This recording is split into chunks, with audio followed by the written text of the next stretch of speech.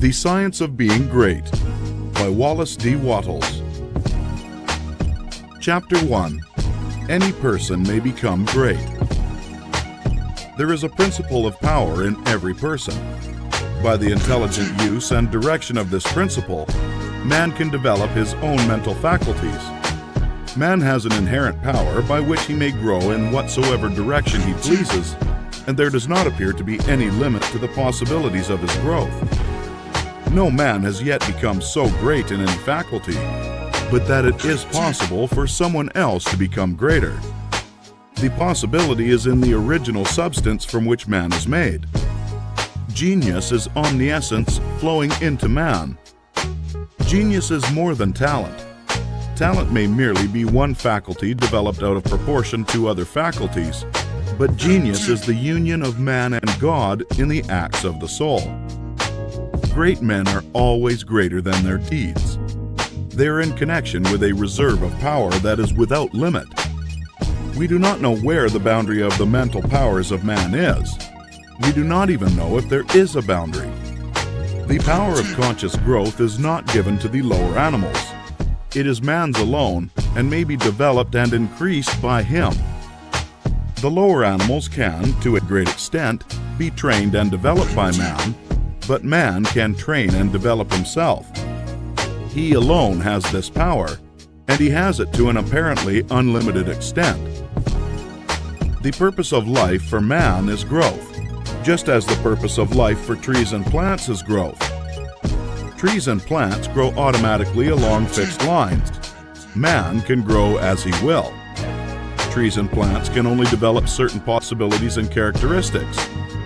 Man can develop any power which is or has been shown by any person, anywhere. Nothing that is possible in spirit is impossible in flesh and blood. Nothing that man can think is impossible in action. Nothing that man can imagine is impossible of realization.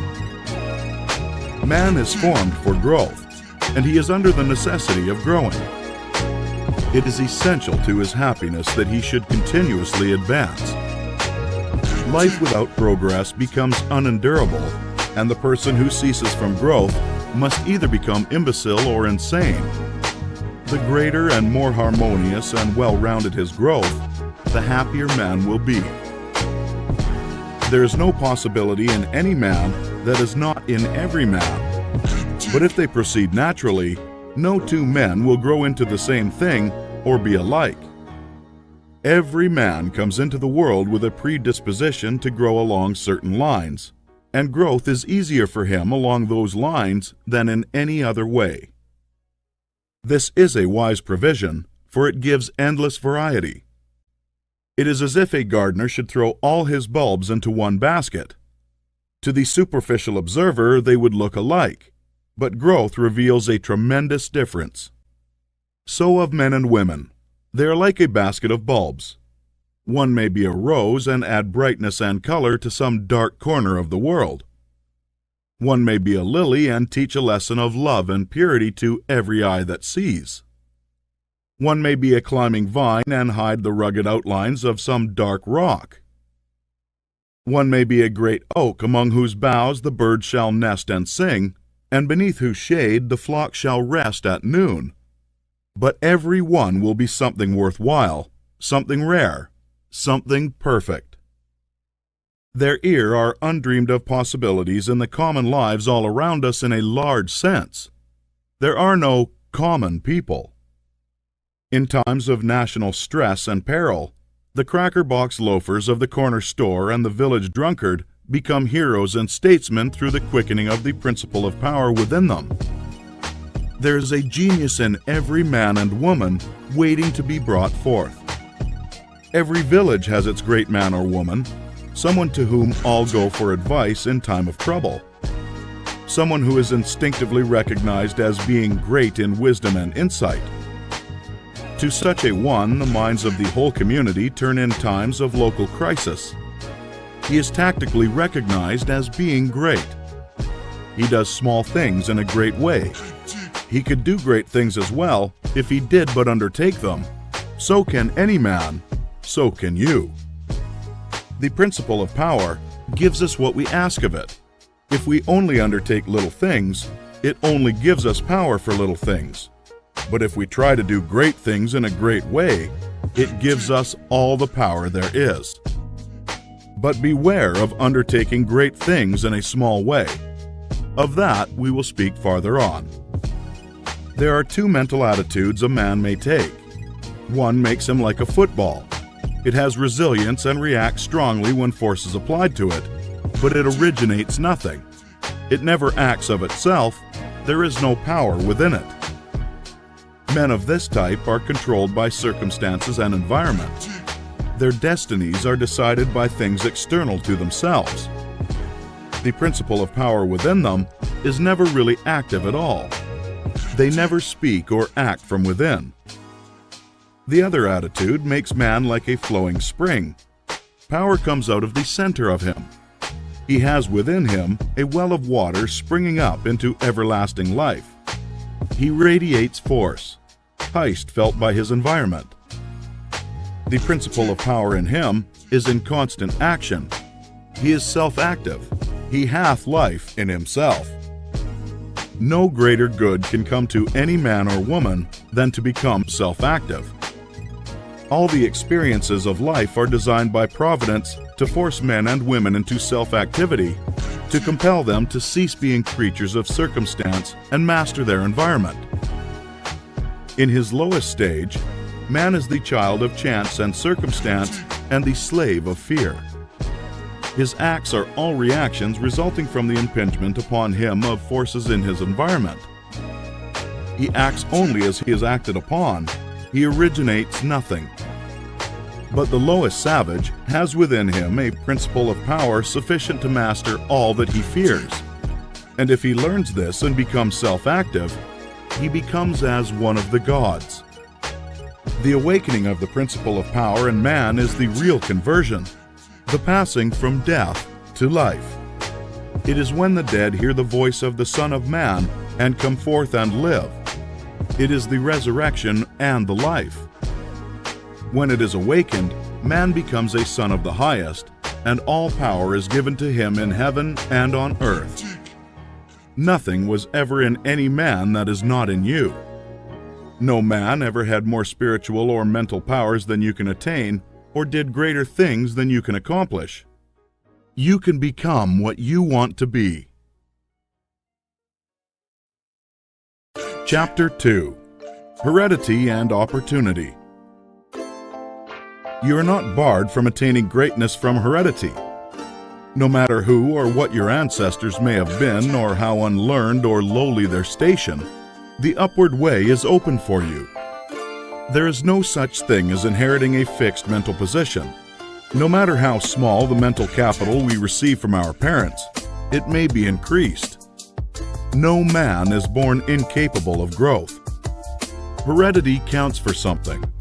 We are born with subconscious mental tendencies, as for instance, a tendency to melancholy, or cowardice, or to ill temper. But all these subconscious tendencies may be overcome. When the real man awakens and comes forth, he can throw them off very easily. Nothing of this kind need keep you down. If you have inherited undesirable mental tendencies, you can eliminate them and put desirable tendencies in their places. An inherited mental trait is a habit of thought of your father or mother impressed upon your subconscious mind. You can substitute the opposite impression by forming the opposite habit of thought.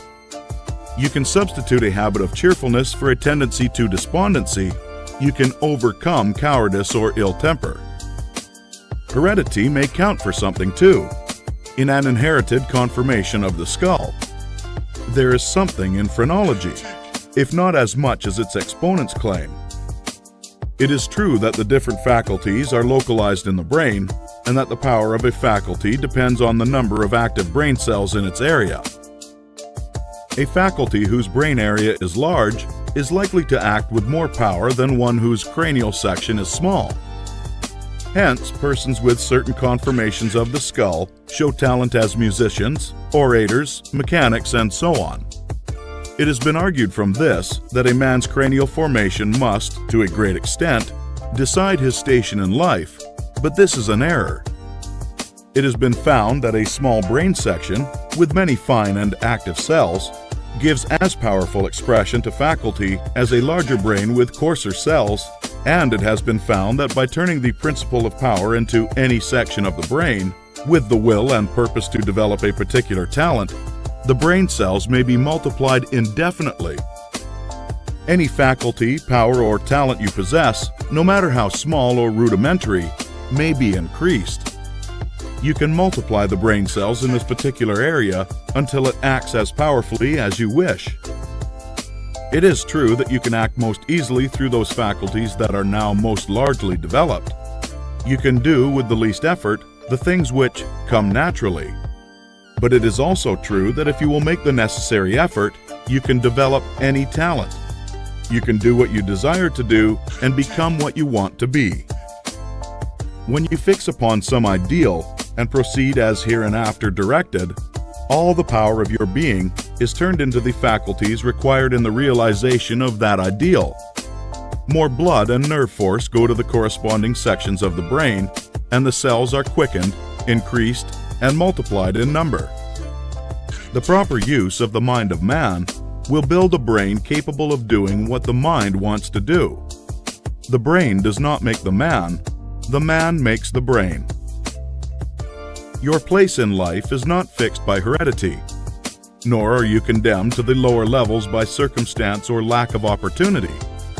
The principle of power in man is sufficient for all the requirements of his soul.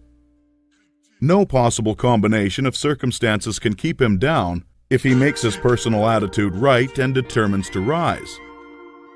The power, which formed man and proposed him for growth, also controls the circumstances of society, industry, and government, and the power is never divided against itself.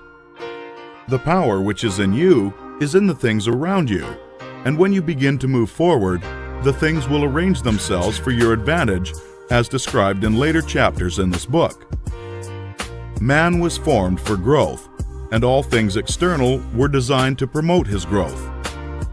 No sooner does a man awaken his soul and enter on the advancing way than he finds that not only is God for him, but nature, society, and his fellow men are for him also.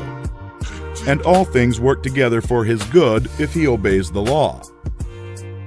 Poverty is no bar to greatness, for poverty can always be removed. Martin Luther, as a child, sang in the streets for bread. Linnaeus, the naturalist, had only $40 with which to educate himself. He mended his own shoes and often had to beg meals from his friends. Hugh Miller, apprenticed to a stonemason, began to study geology in a quarry. George Stephenson, inventor of the locomotive engine and one of the greatest of civil engineers, was a coal miner working in a mine when he awakened and began to think. James Watt was a sickly child and was not strong enough to be sent to school. Abraham Lincoln was a poor boy. In each of these cases, we see a principle of power in the man that lifts him above all opposition and adversity. There is a principle of power in you. If you use it and apply it in a certain way, you can overcome all heredity and master all circumstances and conditions and become a great and powerful personality. Chapter 3: The Source of Power. Man's brain, body, mind, faculties, and talents are the mere instruments he uses in demonstrating greatness. In themselves, they do not make him great.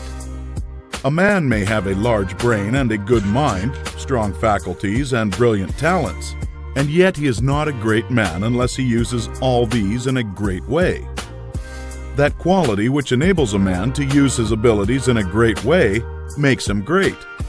And to that quality we give the name of wisdom. Wisdom is the essential basis of greatness. Wisdom is the power to perceive the best ends to aim at and the best means for reaching those ends. It is the power to perceive the right thing to do. The man who is wise enough to know the right thing to do, who is good enough to wish to do only the right thing, and who is able and strong enough to do the right thing, is a truly great man.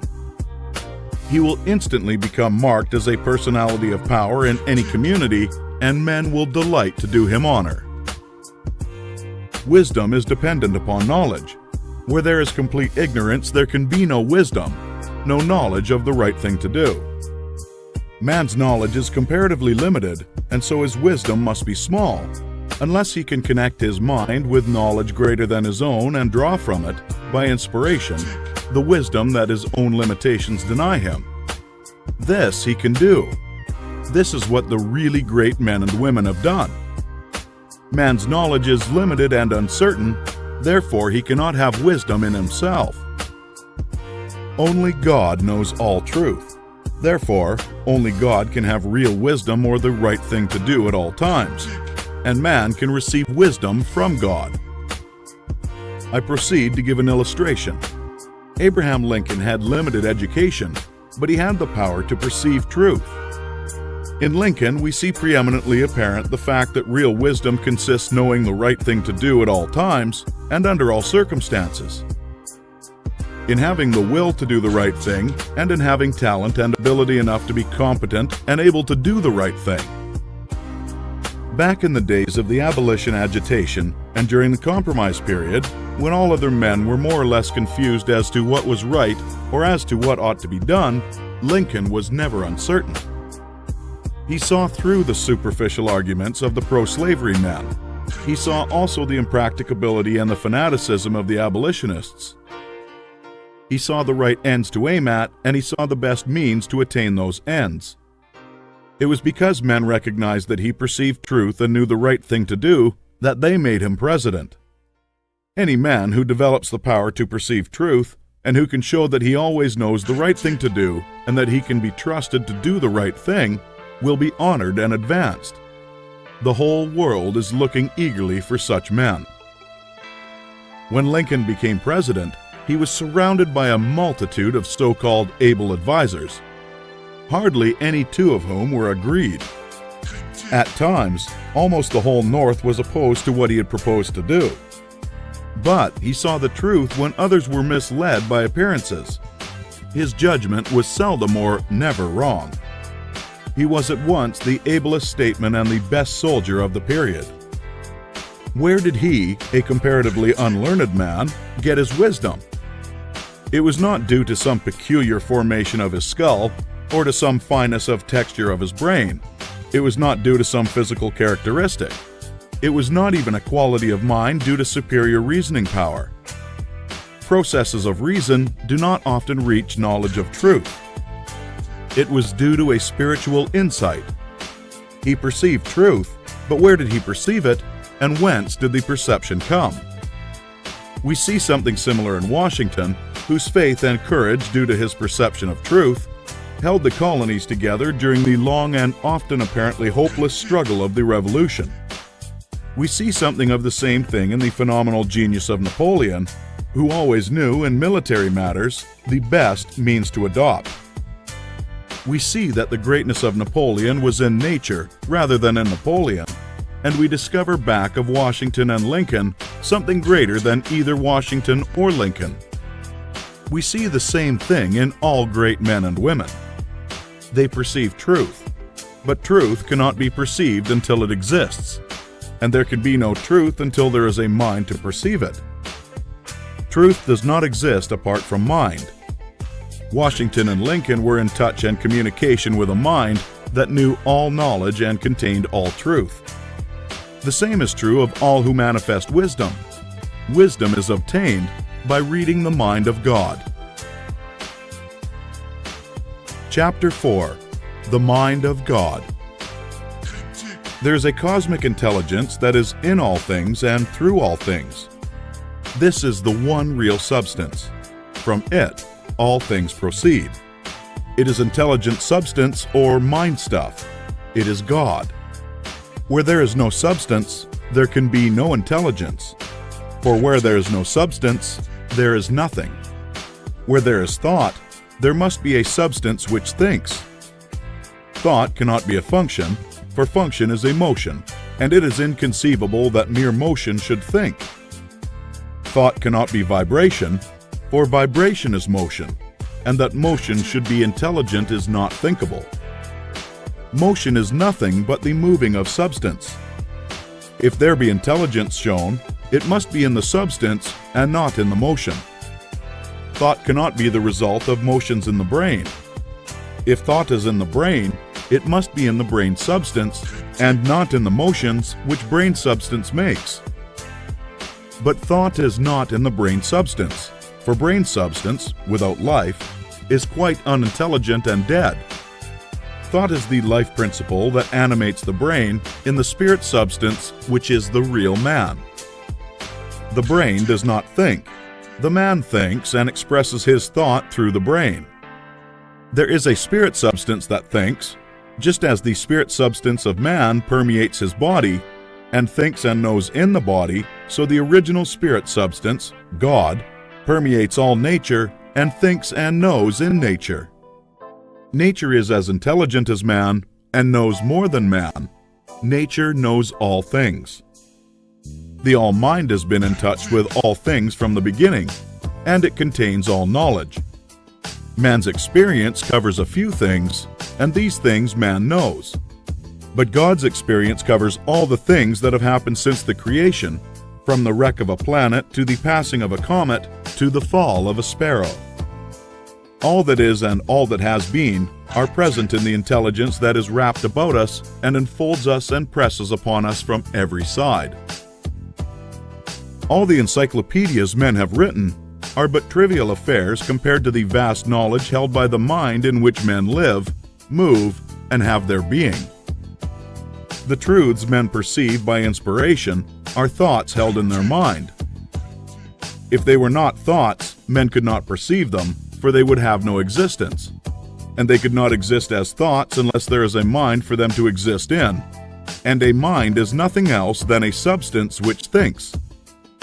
Man is thinking substance, a portion of the cosmic substance, but man is limited, while the cosmic intelligence from which he sprang, which Jesus calls the Father, is unlimited. All intelligence, power, and force come from the Father. Jesus recognized this and stated it very plainly. Over and over again he ascribed all his wisdom and power to his unity with the Father and to his perceiving the thoughts of God. My Father and I are one. This was the foundation of his knowledge and power. He showed the people the necessity of becoming spiritually awakened, of hearing his voice and becoming like him. He compared the unthinking man who is the prey and sport of circumstances to the dead man in a tomb, and besought him to hear and come forth. God is spirit, he said. Be born again. Become spiritually awake, and you may see his kingdom. Hear my voice, see what I am and what I do, and come forth and live. The words I speak are spirit and life. Accept them, and they will cause a well of water to spring up within you. Then you will have life within yourself. I do what I see the Father do, he said, meaning that he read the thoughts of God. The Father shows all things to the Son. If any man has the will to do the will of God, he shall know truth. My teaching is not my own, but his that sent me. You shall know the truth, and the truth shall make you free. The Spirit shall guide you into all truth. We are immersed in mind, and that mind contains all knowledge and all truth. It is seeking to give us this knowledge, for our Father delights to give good gifts to his children. The prophets and seers and great men and women, past and present, were made great by what they received from God, not by what they were taught by men. This limitless reservoir of wisdom and power is open to you. You can draw upon it as you will, according to your needs. You can make yourself what you desire to be. You can do what you wish to do. You can have what you want. To accomplish this, you must learn to become one with the Father, so that you may perceive truth, so that you may have wisdom and know the right ends to seek and the right means to use to attain those ends, and so that you may secure power and ability to use the means. In closing this chapter, resolve that you will now lay aside all else and concentrate upon the attainment of conscious unity with God.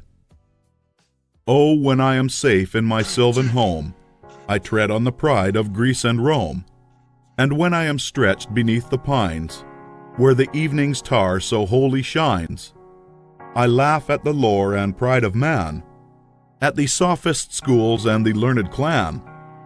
For what are they all in their high conceit, when man in the bush with God may meet? Chapter 5. Preparation. Draw nigh to God, and He will draw nigh to you.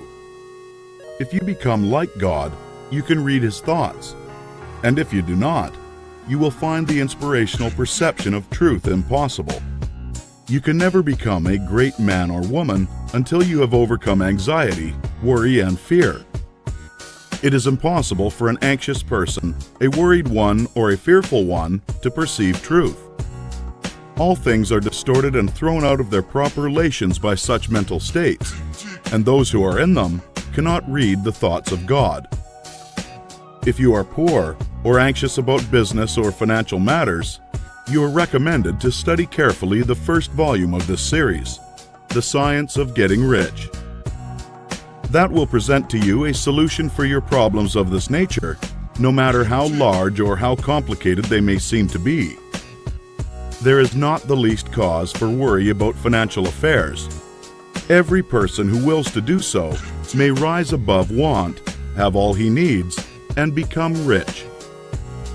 The same source for which you propose to draw for mental unfolding and spiritual power is at your service for the supply of all your material wants. Study this truth until it is fixed in your thoughts and until anxiety is banished from your mind. Enter the certain way, which leads to material riches. Again, if you're anxious or worried about your health, realize it is possible for you to attain perfect health so that you may have strength sufficient for all that you wish to do and more. That intelligence which stands ready to give you wealth and mental and spiritual power will rejoice to give you health also. Perfect health is yours for the asking if you will only obey the simple laws of life and live aright. Conquer ill health and cast out fear. But it is not enough to rise above financial and physical anxiety and worry. You must rise above moral evil-doing as well. Sound your inner consciousness now for the motives that actuate you and make sure they are right. You must cast out lust and cease to be ruled by appetite, and you must begin to govern appetite. You must only eat to satisfy hunger, never for gluttonous pleasure, and in all things you must make the flesh obey the spirit. You must lay aside greed. Have no unworthy motive in your desire to become rich and powerful. It is legitimate and right to desire riches if you want them for the sake of the soul, but not if you desire them for the lusts of the flesh. Cast out pride and vanity. Have no thought of trying to rule over others or of outdoing them. This is a vital point. There is no temptation so insidious as the selfish desire to rule over others. Nothing so appeals to the average man or woman as to sit in the uppermost places at feasts, to be respectfully saluted in the marketplace, and to be called Rabbi, Master. To exercise some sort of control over others is the secret motive of every selfish person. The struggle for power over others is the battle of the competitive world, and you must rise above that world and its motives and aspirations and seek only for life. Cast out envy. You can have all that you want, and you need not envy any man what he has. Above all things, see to it that you do not hold malice or enmity towards anyone. To do so cuts you off from the mind whose treasures you seek to make your own. He that loves not his brother loves not God. Lay aside all narrow personal ambition and determine to seek the highest good and to be swayed by no unworthy selfishness. Go over all the foregoing and set these moral temptations out of your heart one by one, determined to keep them out. Then resolve that you will not only abandon all evil thought, but that you will forsake all deeds, habits, and courses of action which do not commend themselves to your noblest ideals. This is supremely important. Make this resolution with all the power of your soul, and you are ready for the next step toward greatness, which is explained in the following chapter. Chapter 6. The Social Point of View. Without faith, it is impossible to please God. And without faith, it is impossible for you to become great. The distinguishing characteristics of all really great men and women is an unwavering faith. We see this in Lincoln during the dark days of the war. We see it in Washington at Valley Forge. We see it in Livingstone, the crippled missionary threading the mazes of the dark continent, his soul aflame with the determination to let in the light upon the accursed slave trade, which his soul abhorred. We see it in Luther and in Francis Willard, in every man and woman who has attained a place on the muster roll of the great ones of the world. Faith, not a faith in oneself or in one's own powers, but faith in principle, in the something great which upholds right and which may be relied upon to give us the victory in due time. Without this faith, it is not possible for any one to rise to real greatness. The man who has no faith in principle will always be a small man. Whether you have this faith or not depends on your point of view. You must learn to see the world as being produced by evolution, as something that is evolving and becoming, not as finished work. Millions of years ago, God worked with very low and crude forms of life.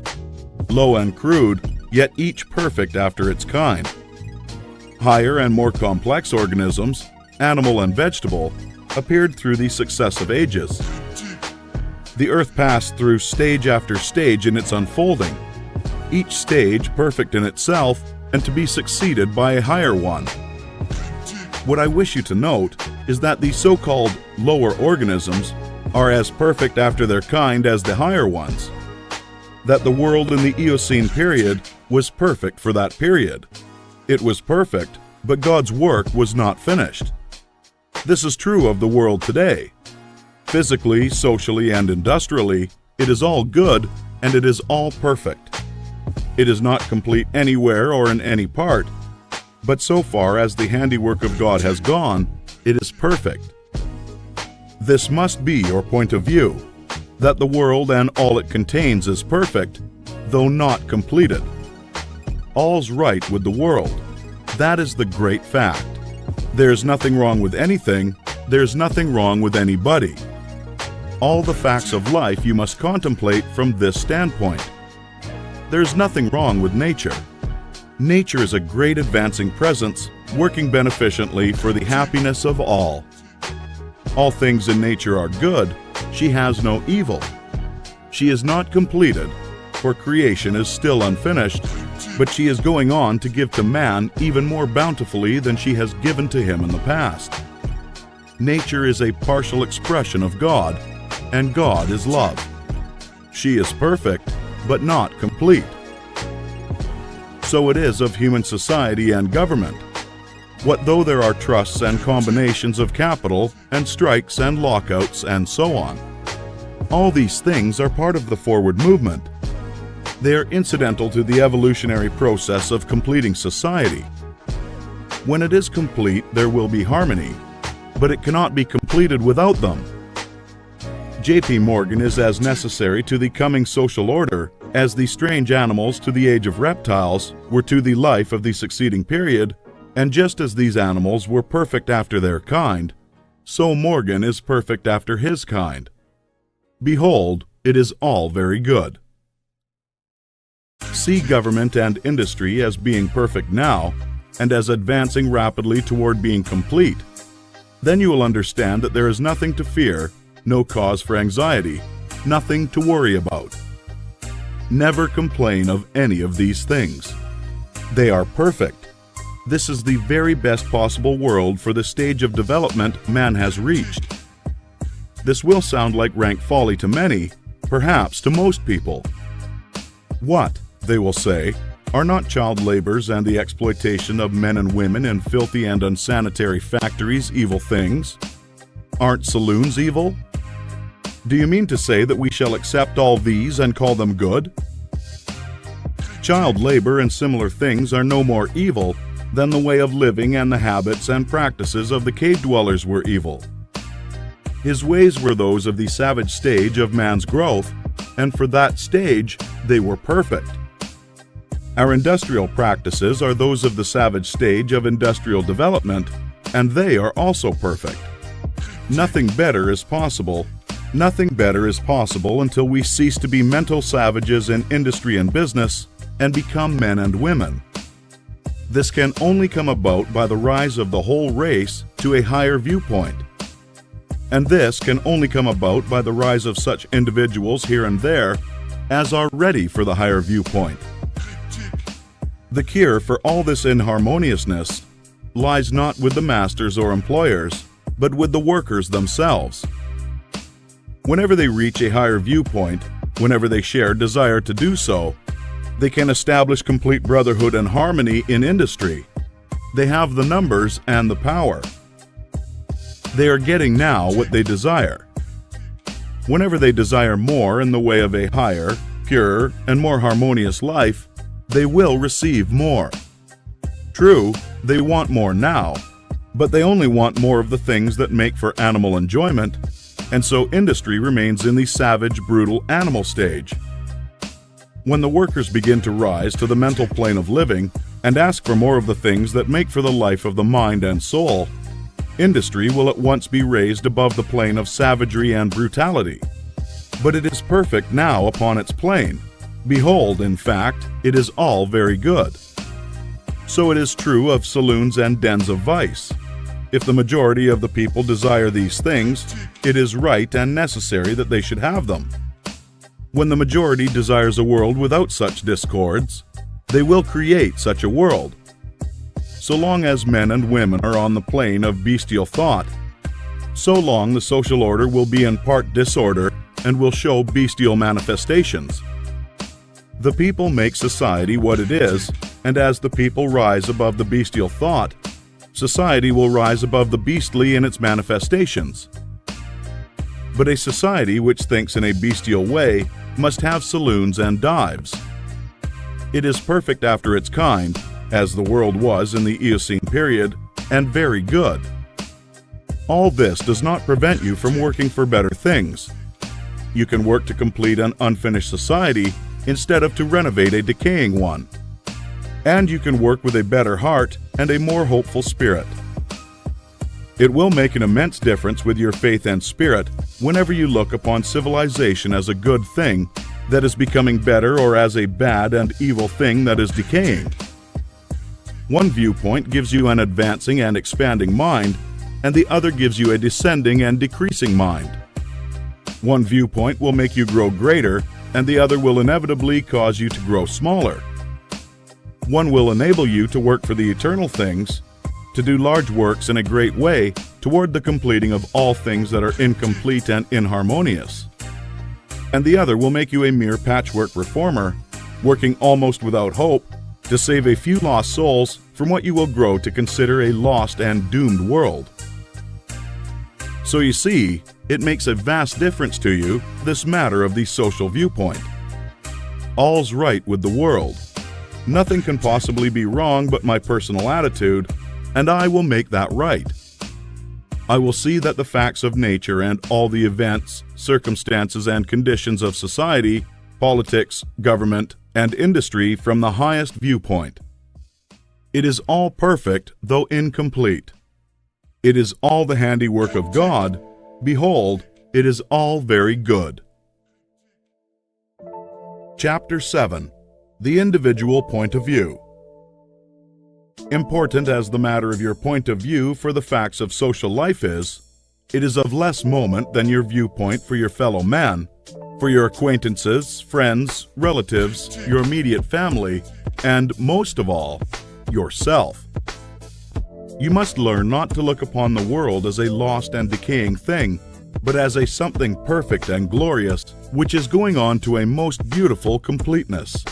And you must learn to see men and women not as lost and accursed things, but as perfect beings advancing to become complete. There are no bad or evil people.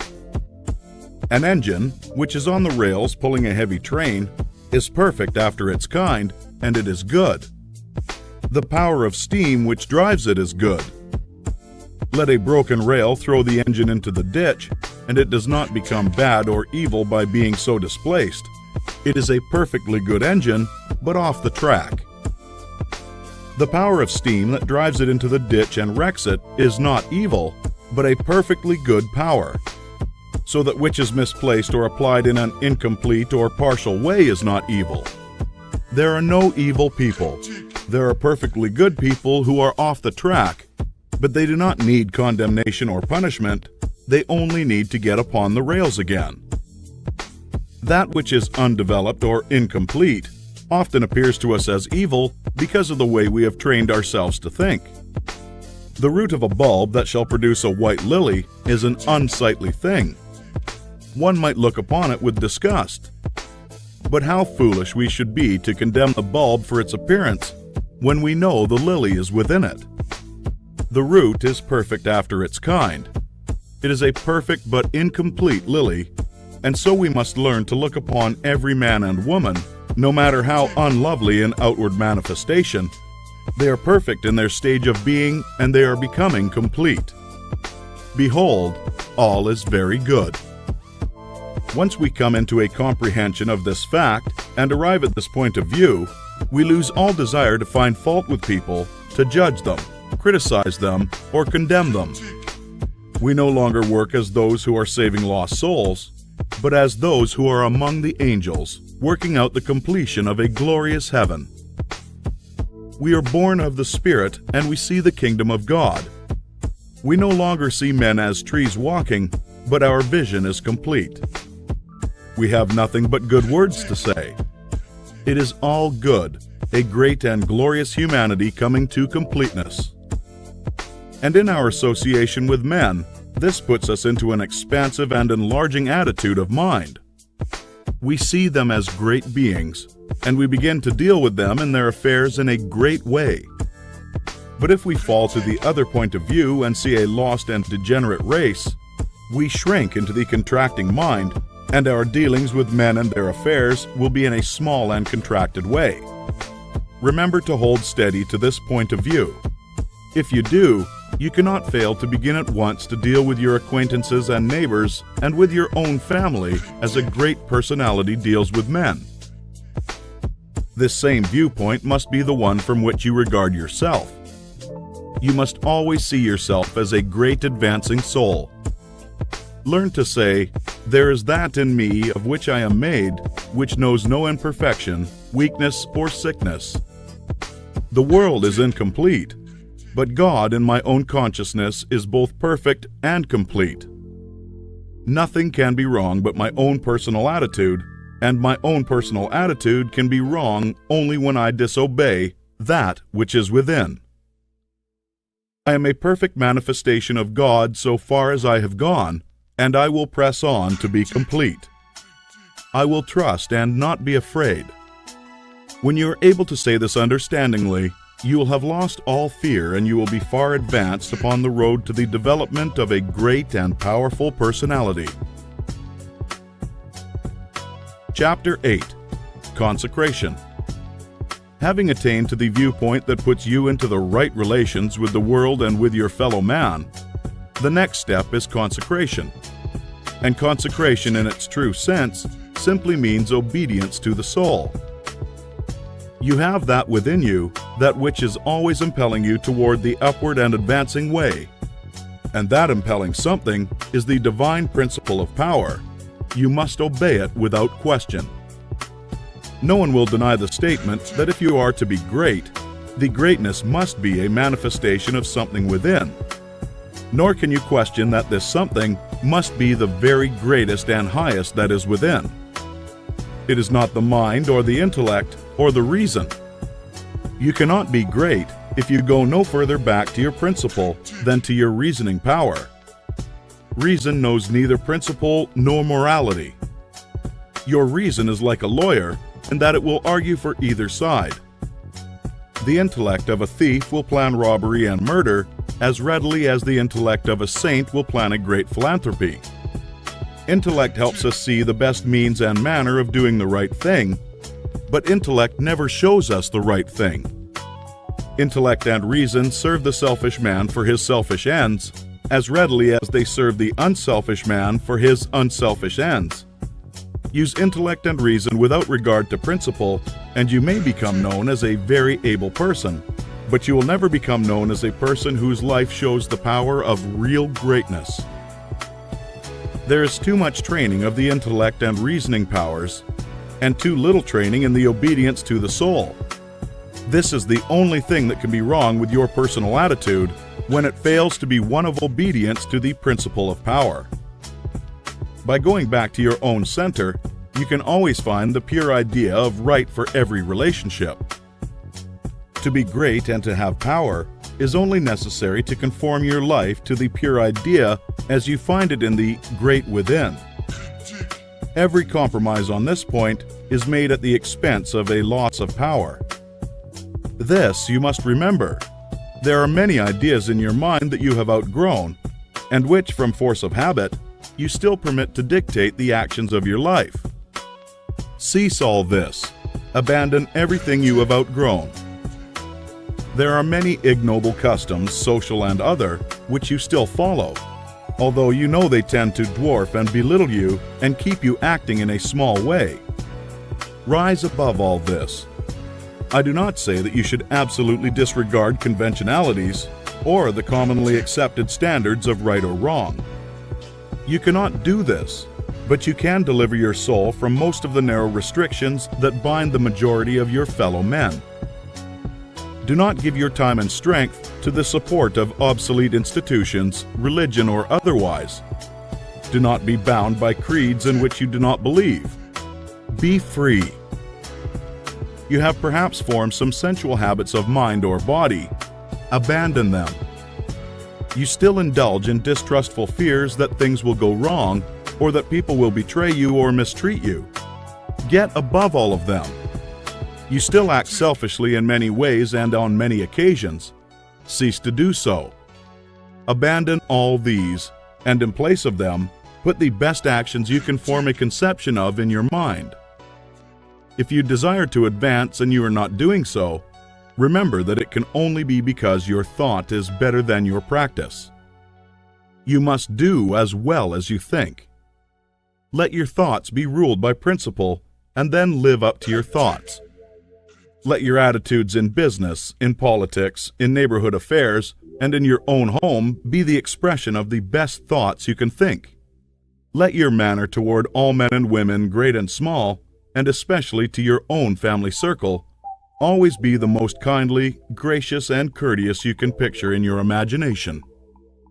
Remember your viewpoint. You are a god in the company of gods and must conduct yourself accordingly.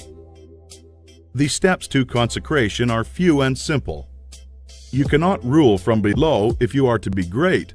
You must rule from above. Therefore, you cannot be governed by physical impulses. You must bring your body into subjection to the mind, but your mind without principle may lead you into selfishness and immoral ways. You must put the mind into subjection to the soul, and your soul is limited by the boundaries of your knowledge. You must put into subjection to that our soul, which needs no searching of the understanding, but before whose eyes all things are spread. That constitutes consecration. Say, I surrender my body to be ruled by my mind. I surrender my mind to be governed by my soul. And I surrender my soul to the guidance of God. Make this consecration complete and thorough, and you will have taken the second great step in the way of greatness and power. Chapter 9. Identification. Having recognized God as the advancing presence in nature, society, and your fellow men, and harmonized yourself with all these, And having consecrated yourself to that within you which impels toward the greatest and highest, the next step is to become aware of and recognize fully the fact that the principle of power within you is God Himself. You must consciously identify yourself with the highest. This is not some false or untrue position to be assumed. It is a fact to be recognized. You are already one with God. You want to become consciously aware of it. There is one substance, the source of all things, and this substance has within itself the power that creates all things. All power is inherent in it. This substance is conscious and thinks. It works with perfect understanding and intelligence. You know that this is so because you know that substance exists and that consciousness exists. And it must be substance that is conscious. Man is conscious and thinks. Man is substance. He must be substance, else he is nothing and does not exist at all. If man is substance and thinks and is conscious, then he is conscious substance. It is not conceivable that there should be more than one conscious substance. So man is the original substance, the source of all life and power embodied in a physical form. Man cannot be something different from God. Intelligence is one and the same everywhere, and must be everywhere an attribute of the same substance. There cannot be one kind of intelligence in God and another kind of intelligence in man. Intelligence can only be in intelligent substance, and intelligent substance is God. Man is of one and the same stuff with God, and so all the talents, powers, and possibilities that are in God are in man, not just in a few exceptional men, but in everyone. All power is given to man in heaven and on earth. Is it not written, "Ye are gods"? The principle of power in man is man himself, and man himself is God. But while man is original substance and has within him all power and possibilities, his consciousness is limited. He does not know all there is to know, and so he is liable to error and mistake. To save himself from these, he must unite his mind to that outside him which does know all. He must become consciously one with God. There is a mind surrounding him on every side, closer than breathing, nearer than hands and feet, and in his mind is the memory of all that has ever happened, from the greatest convulsions of nature in prehistoric days to the fall of a sparrow in this present time, and all that is in existence now as well. Held in this mind is the great purpose that is behind all nature, and so it knows what is going to be. Man is surrounded by a mind that knows all that there is to know, past and present and to come. Everything that men have said or done or written is present there. Man is of the same one, identical stuff with this mind. He proceeded from it, and he can so identify himself with it that he may know what he knows. "My Father is greater than I," said Jesus. "I come from him. I and my Father are one." He shows the Son all things. The Spirit shall guide you into all truth. Your identification of yourself with the infinite must be accomplished by conscious recognition on your part. Recognizing it as a fact that there is only God and that all intelligence is in the one substance, you must affirm somewhat after this wise: there is only one, and that one is everywhere. I surrender myself to conscious unity with the highest. Not I, but the Father. I will be one with the Supreme and to lead the divine life. I am one with infinite consciousness. There is but one mind, and I am that mind. I that speak unto you am He. If you have been thorough in the work as outlined in the preceding chapters, if you have attained the true viewpoint, and if your consecration is complete, you will not find conscious identification hard to attain. And once it is attained, the power you seek is yours, for you have made yourself one with all the power there is. Chapter 10. Idealization. You are a thinking center in original substance, and the thoughts of original substance have creative power. Whatever is formed in its thought and held as thought form must come into existence as a visible and so-called material form, and a thought form held in thinking substance is a reality. It is a real thing, whether it has yet become visible to mortal eye or not. This is a fact that you should impress upon your understanding, that a thought held in thinking substance is a real thing, a form, and has actual existence, although it is not visible to you. You internally take the form in which you think of yourself, and you surround yourself with the invisible forms of those things with which you associate in your thoughts. If you desire a thing, picture it clearly and hold the picture steadily in mind until it becomes a definite thought form. And if your practices are not such as to separate you from God, the thing you will want will come to you in material form. It must do so in obedience to the law by which the universe was created. Make no thought form of yourself in connection with disease or sickness, but form a conception of health. Make a thought form of yourself as strong and hearty and perfectly well.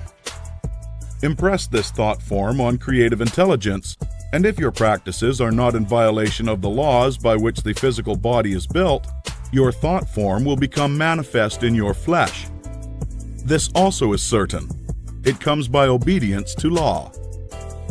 Make a thought form of yourself as you desire to be, and set your ideal as near to perfection as your imagination is capable of forming the conception. Let me illustrate.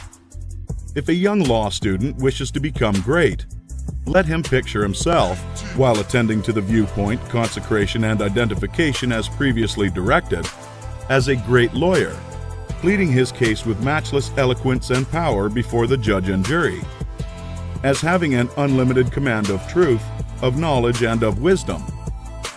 Let him picture himself as the great lawyer in every possible situation and contingency.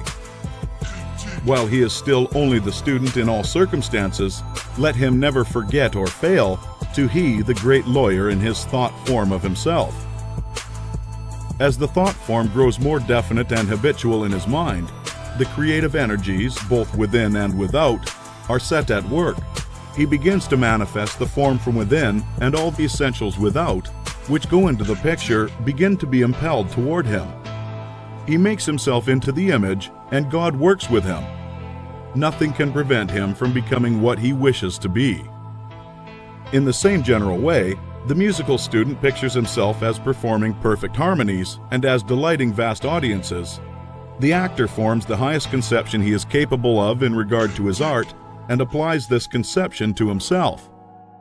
The farmer and the mechanic do exactly the same thing. Fix upon your ideal of what you wish to make of yourself. Consider well and be sure that you make the right choice. That is, the one that will be most satisfactory to you in a general way. Do not pay too much attention to the advice or suggestions to those around you. Do not believe that anyone can know better than yourself what is right for you. Listen to what others have to say, but always form your own conclusions. Do not let other people decide what you are to be. Be what you feel that you want to be. Do not be misled by a false notion of obligation or duty. You can owe no possible obligation or duty to others that should prevent you from making the most of yourself. Be true to yourself, and you cannot then be false to any man. When you have fully decided what thing you want to be, form the highest conception of that thing that you are capable of imagining, and make that conception a thought form. Hold that thought form as a fact, as the real truth about yourself, and believe in it. Close your ears to all adverse suggestions. Never mind if people call you a fool and a dreamer. Dream on. Remember that Bonaparte, the half-starved lieutenant, always saw himself as the general of armies and the master of France, and he became in outward realization what he held himself to be in mind. So likewise will you. Attend carefully to all that has been said in the preceding chapters, and act as directed in the following ones, and you will become what you want to be. Chapter 11. Realization. If you were to stop with the close of the last chapter, however, you would never become great. You would be indeed a mere dreamer of dreams, a castle builder. Too many do stop there. They do not understand the necessity for present action in realizing the vision and bringing the thought form into manifestation. Two things are necessary. Firstly, the making of the thought form, and secondly, the actual appropriation to yourself of all that goes into and around the thought form. We have discussed the first. Now we will proceed to give directions for the second. When you have made your thought form, you are already, in your interior, what you want to be. Next, you must become externally what you want to be. You are already great within, but you are not yet doing the great things without. You cannot begin on the instant to do great things. You cannot be before the world the great actor or lawyer or musician or personality you know yourself to be. No one will entrust great things to you as yet, for you have not made yourself known. But you can always begin to do small things in a great way. Here lies the whole secret. You can begin to be great today, in your own home, in your store or office, on the street, everywhere. You can begin to make yourself known as great, and you can do this by doing everything you do in a great way. You must put the whole power of your great soul into every act, however small and commonplace, and so reveal to your family, your friends, and neighbors what you really are. Do not brag or boast of yourself. Do not go about telling people what a great personage you are. Simply live in a great way. No one will believe you if you tell them you are a great man, but no one can doubt your greatness if you show it in your actions. In your domestic circle, be so just, so generous, so courteous and kindly that your family, your wife, husband, children, brothers and sisters shall know that you are a great and noble soul. In all your relations with men, be great, just, generous, courteous, and kindly. The great are never otherwise. This is your attitude. Next, and most important, you must have absolute faith in your own perceptions of truth. Never act in haste or hurry. Be deliberate in everything. Wait until you feel that you know the true way. And when you do feel that you know the true way, be guided by your own faith, though the entire world shall disagree with you. If you do not believe what God tells you in little things, you will never draw upon His wisdom and knowledge in larger things. When you feel deeply that a certain act is the right act, do it and have perfect faith that the consequences will be good. When you are deeply impressed that a certain thing is true, no matter what the appearances to the contrary may be, accept that thing as true and act accordingly. The one way to develop a perception of truth in large things is to trust absolutely to your present perception of truth in small things. Remember that you are seeking to develop this very power or faculty, the perception of truth. You are learning to read the thoughts of God. Nothing is great and nothing is small in the sight of omnipotence. He holds the sun in its place, but He also notes a sparrow's fall and numbers the hairs on your head. God is as much interested in the little matters of everyday life as He is in the affairs of nations. You can perceive truth about family and neighborhood affairs as well as about matters of statecraft. And the way to begin is to have perfect faith in the truth in these small matters as it is revealed to you from day to day. When you feel deeply impelled to take a course that seems contrary to all reason and worldly judgment, take that course. Listen to the suggestions and advice of others, but always do what you feel deeply in the within to be the true thing to do. Rely with absolute faith at all times on your own perception of truth, but be sure that you listen to God, that you do not act in haste, fear, or anxiety. Rely upon your perception of truth in all the facts and circumstances of life. If you deeply feel that a certain man will be in a certain place on a certain day, go there with perfect faith to meet him. He will be there no matter how unlikely it may seem. If you feel sure that certain people are making certain combinations or doing certain things, act on the faith that they are doing those things. If you feel sure of the truth of any circumstance or happening, near or distant, past, present, or to come, trust in your perception. You may make occasional mistakes at first because of your imperfect understanding of the within, but you will soon be guided almost invariably right.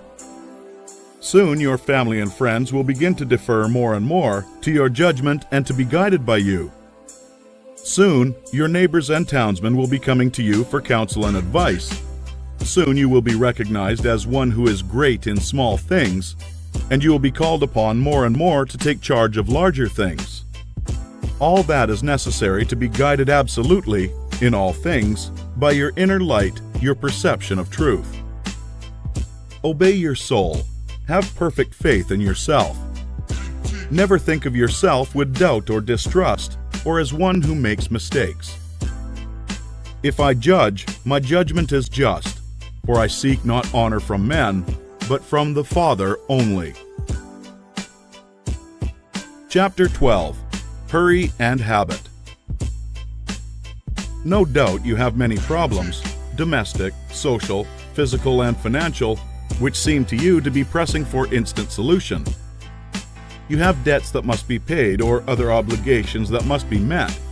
You are unhappily or inharmoniously placed and feel that something must be done at once. Do not get into a hurry and act from superficial impulses. You can trust God for the solution of all your personal riddles. There is no hurry. There is only God, and all is well with the world. There is an invincible power in you, and the same power is in the things you want. It is bringing them to you and bringing you to them. This is a thought that you must grasp and hold continuously, that the same intelligence that is in you is in the things you desire. They are impelled toward you as strongly and decidedly as your desire impels you toward them.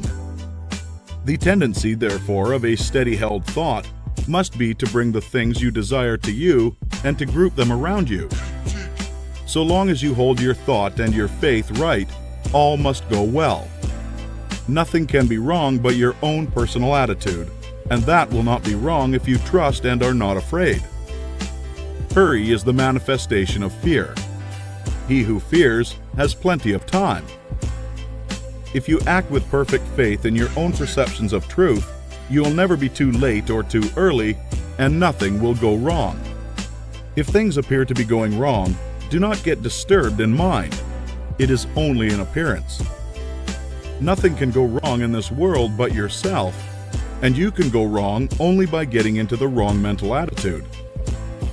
Whenever you find yourself getting excited, worried, or in the mental attitude of hurry, sit down and think it over. Play a game of some kind or take a vacation. Go on a trip and all will be right when you return. So surely as you find yourself in the mental attitude of haste, just so surely may you know that you are out of the mental attitude of greatness. Hurry and fear will instantly cut your connection with the universal mind. You will get no power, no wisdom, and no information until you are calm. And to fall into the attitude of hurry will check the action of the principle of power within you. Fear turns strength into weakness. Remember that poise and power are inseparably associated. The calm and balanced mind is the strong and great mind. The hurried and agitated mind is the weak one.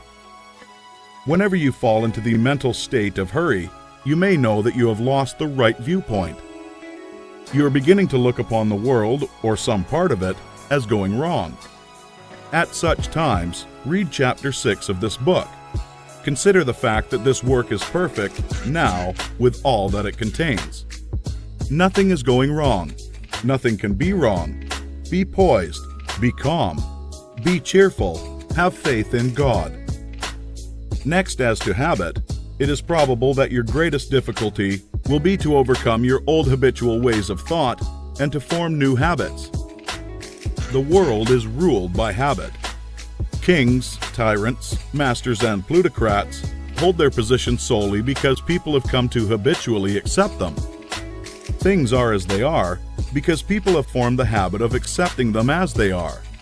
When the people change their habitual thought about governmental, social, and industrial institutions, they will change the institutions. Habits rule us all. You have formed, perhaps, the habit of thinking of yourself as a common person, as one of a limited ability, or as being more or less of a failure. Whatever you habitually think yourself to be, that you are. You must form now a greater and better habit. You must form a conception of yourself as a being of limitless power and habitually think that you are that being. It is the habitual, not the periodical thought that decides your destiny. It will avail you nothing to sit apart for a few moments several times a day to affirm that you are great. If during the balance of the day, while you are about doing your regular vocation, you think of yourself as not great. No amount of praying or affirmation will make you great if you still habitually regard yourself as being small. The use of prayer and affirmation is to change your habit of thought.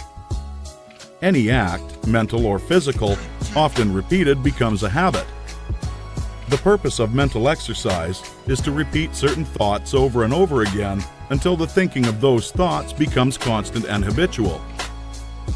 The thoughts we continually repeat become convictions.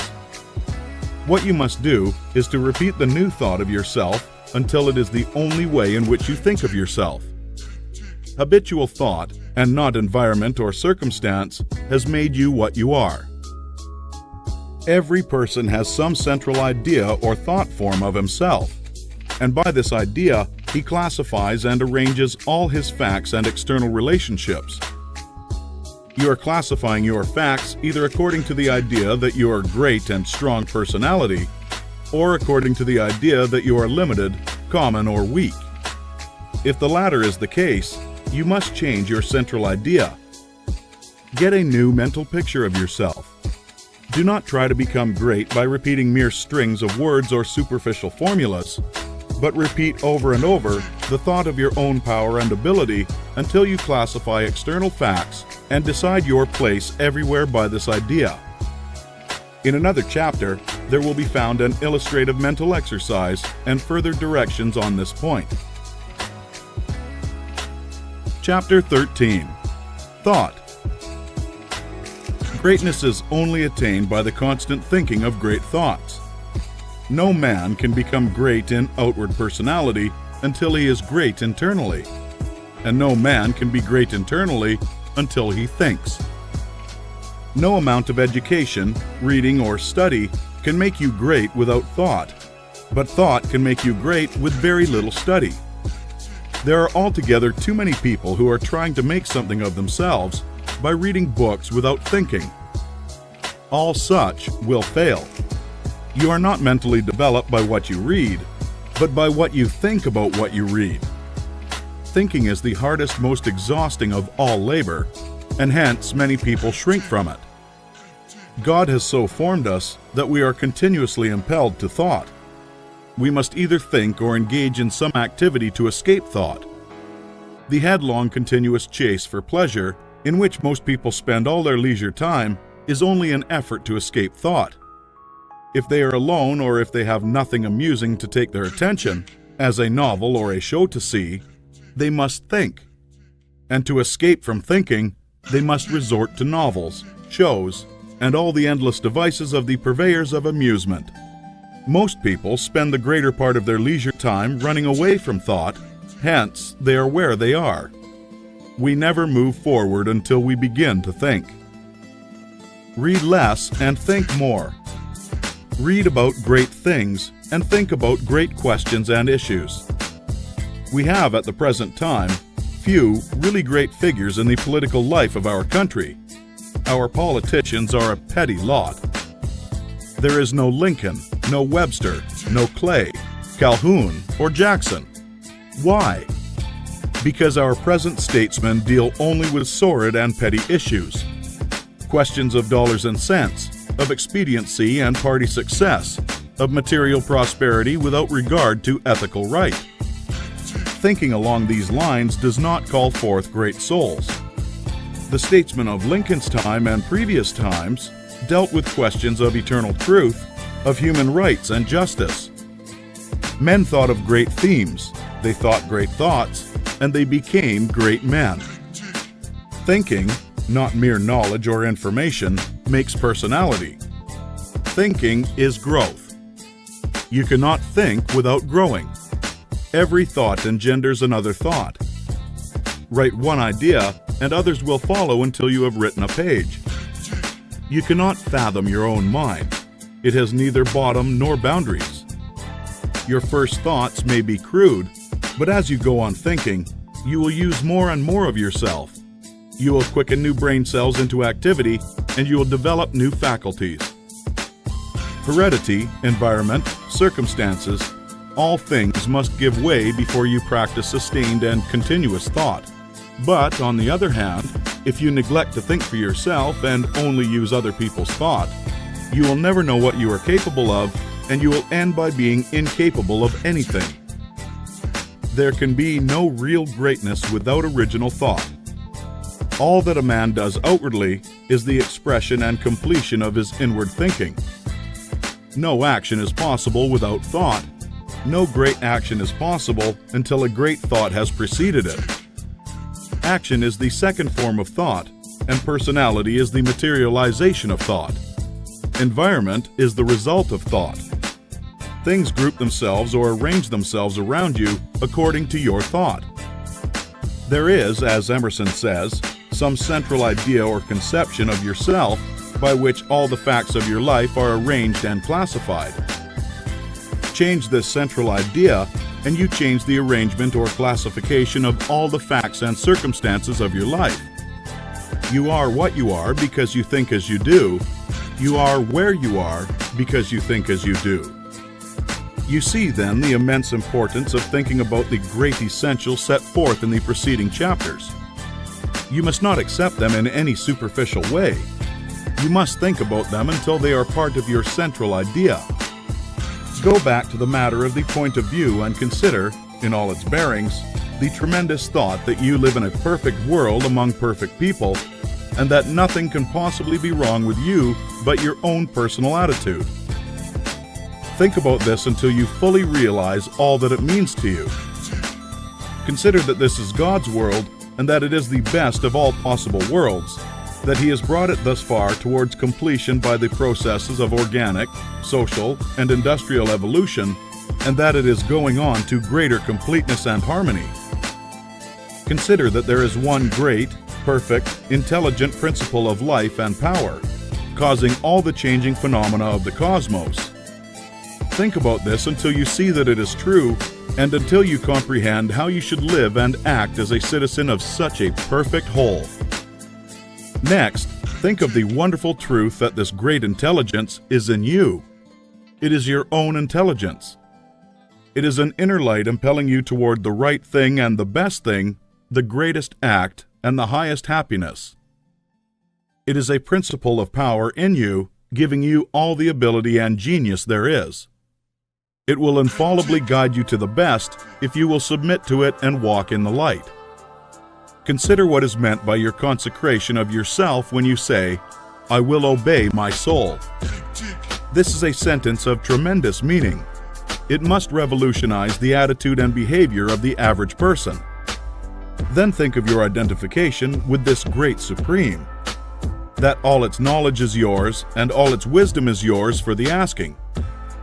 You are a god if you think like a god.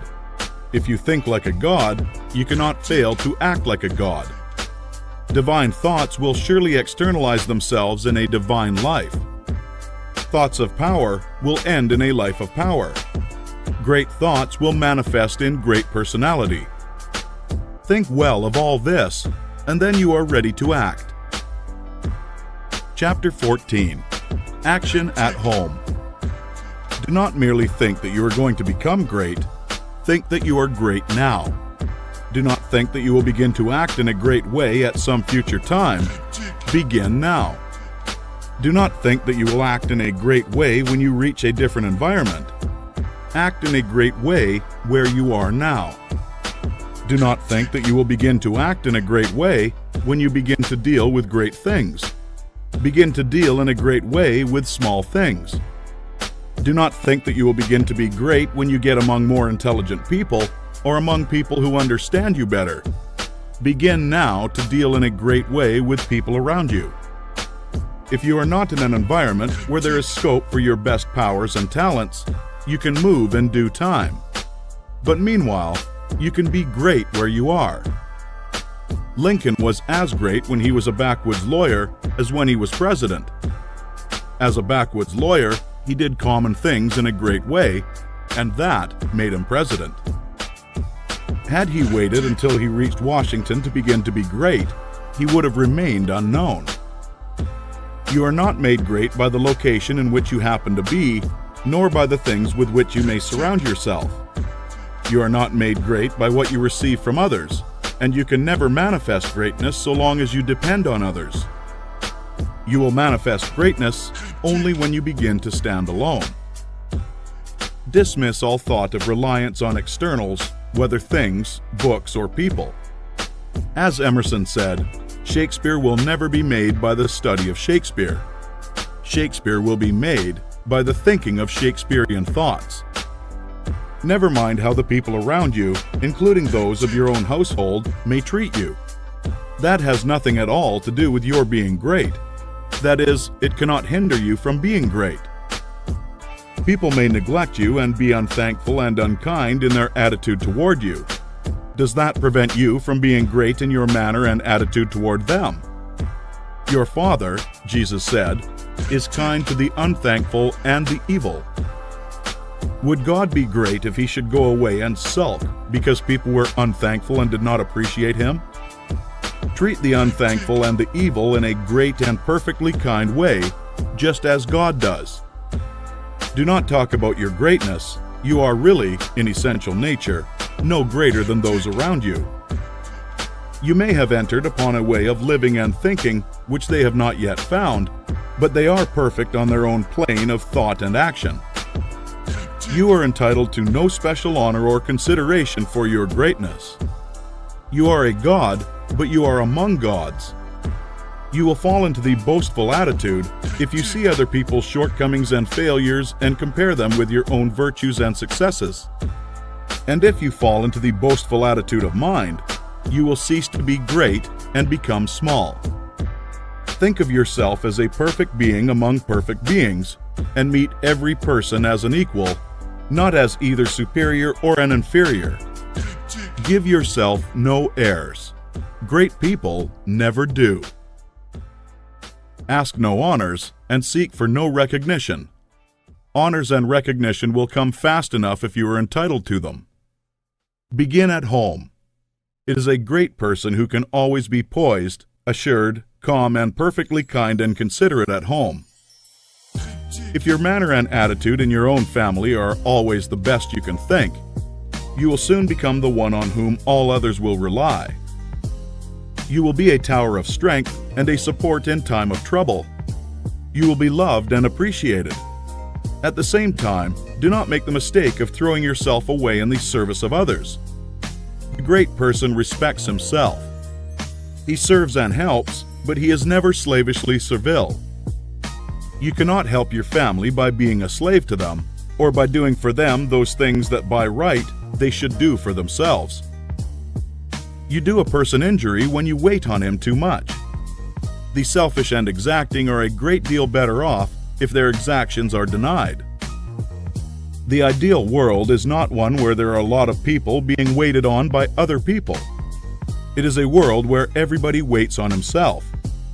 Meet all demands, selfish and otherwise, with perfect kindness and consideration, but do not allow yourself to be made a slave to the whims, caprices, exactions, or slavish desires of any member of your family.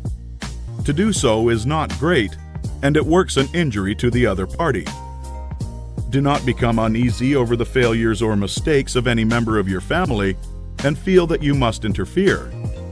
Do not be disturbed if others seem to be going wrong and feel that you must step in and set them right. Remember that every person is perfect on his own plane. You cannot improve on the work of God. Do not meddle with the personal habits and practices of others, Though they are your nearest and dearest, these things are none of your business. Nothing can be wrong but your own personal attitude.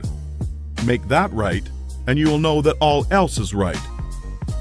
You are truly a great soul when you can live with those who do things that you do not do, and yet refrain from either criticism or interference.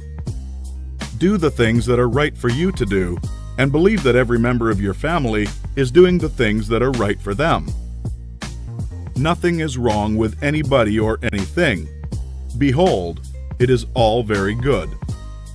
Do not be enslaved by anyone else, but be just as careful that you do not enslave anyone else to your own notions of what is right. Think, and think deeply and continuously.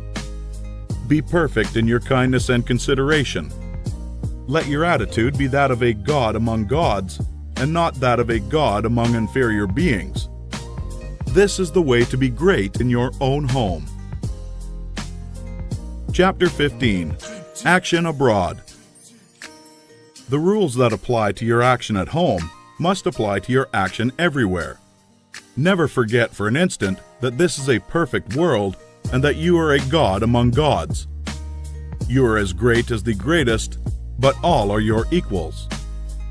Rely absolutely on your perception of truth. Trust to the inner light rather than to reason, but be sure that your perception comes from the inner light. Act in poise and calmness. Be still and attend on God.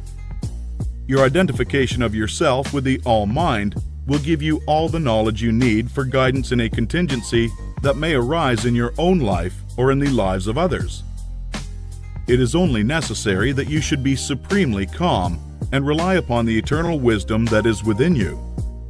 If you act in poise and faith, your judgment will always be right, and you will always know exactly what to do. Do not hurry or worry. Remember Lincoln in the dark days of the war. James Freeman Clarke relates that after the Battle of Fredericksburg, Lincoln alone furnished a supply of faith and hope for the nation.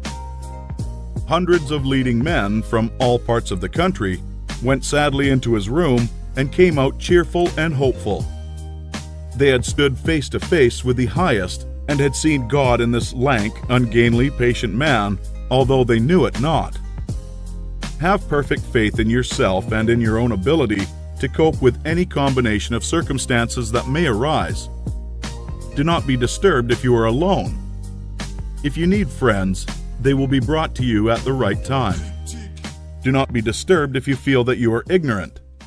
The information that you need will be furnished you when it is time for you to have it. That which is in you impelling you forward is in the things and people you need, impelling them toward you. If there is a particular man you need to know, he will be introduced to you. If there is a particular book you need to read, it will be placed in your hands at the right time. All the knowledge you need is coming to you from both external and internal sources. Your information and your talents will always be equal to the requirements of the occasion. Remember that Jesus told his disciples not to worry as to what they should say when brought before the judges. He knew that the power in them would be sufficient for the needs of the hour. As soon as you awaken and begin to use your faculties in a great way, you will apply power to the development of your brain. New cells will be created and dormant cells quickened into activity, and your brain will be qualified as a perfect instrument for your mind. Do not try to do great things until you are ready to go about them in a great way. If you undertake to deal with great matters in a small way, that is, from a low viewpoint or with incomplete consecration and wavering faith and courage, you will fail. Do not be in a hurry to get to the great things. Doing great things will not make you great, but becoming great will certainly lead you to the doing of great things. Begin to be great where you are and in the things you do every day. Do not be in haste to be found out or recognized as a great personality. Do not be disappointed if men do not nominate you for office within a month after you begin to practice what you read in this book. Great people never seek for recognition or applause. They are not great because they want to be paid for being so. Greatness is reward enough for itself. The joy of being something and of knowing that you are advancing is the greatest of all joys possible to man. If you begin in your own family, as described in the preceding chapter, and then assume the same mental attitude with your neighbors, friends, and those you meet in business, you will soon find that people are beginning to depend on you. Your advice will be sought, and a constantly increasing number of people will look for you for strength and inspiration and rely upon your judgment. Here, as in the home, you must avoid meddling with other people's affairs. Help all who come to you, but do not go about officiously endeavoring to set other people right. Mind your own business. It is no part of your mission in life to correct people's morals, habits, or practices. Lead a great life, doing all things with a great spirit and in a great way. Give to him that asks of you as freely as you have received, but do not force your help or opinions upon any man. If your neighbor wishes to smoke or drink, it is his business. It is none of yours until he consults you about it. If you lead a great life and do no preaching, you will save 1,000 times as many souls as one who leads a small life and preaches continuously. If you hold the right viewpoint of the world, others will find it out and be impressed by it through your daily conversation and practice. Do not try to convert others of your point of view, except by holding it and living it accordingly.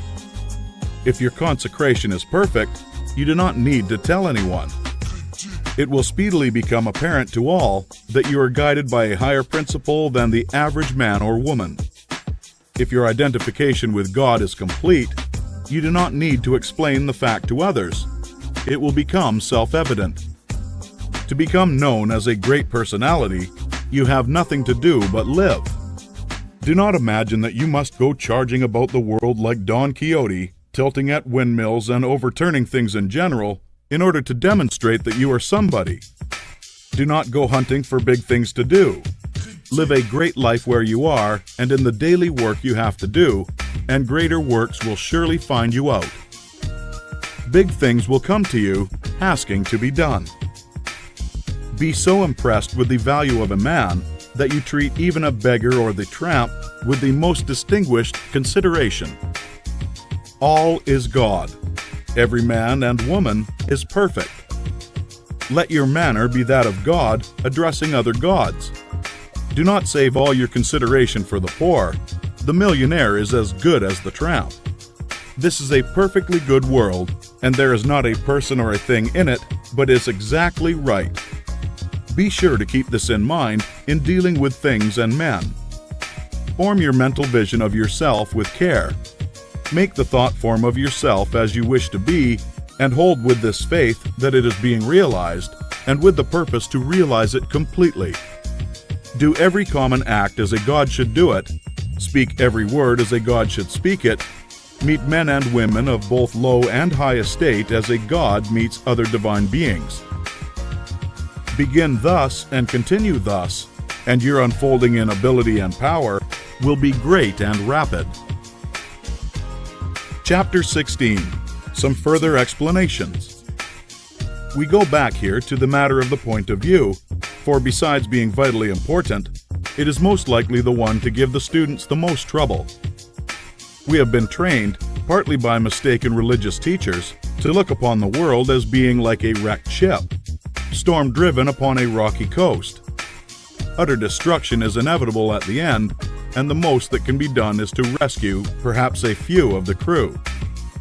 This view teaches us to consider the world as essentially bad and growing worse, and to believe that existing discords and inharmoniousness must continue and intensify until the end. It robs us of hope for society, government, and humanity, and gives us a decreasing outlook and contracting mind. This is all wrong. The world is not wrecked.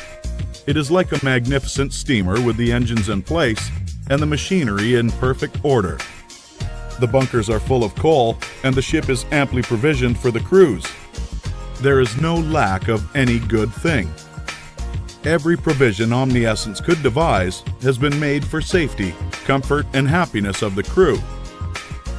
The steamer is out on the high seas tackling hither and thither, because no one has yet learned the right course to steer. We are learning to steer, and in due time, we'll come grandly into the harbor of perfect harmony. The world is good and growing better. Existing discords and inharmoniousness are but the pitching of the ship incidental to our own imperfect steering. They will all be removed in due time. This view gives us an increasing outlook and an expanding mind. It enables us to think largely of society and of ourselves, and to do things in a great way. Furthermore, we see that nothing can be wrong with such a world, or with any part of it, including our own affairs.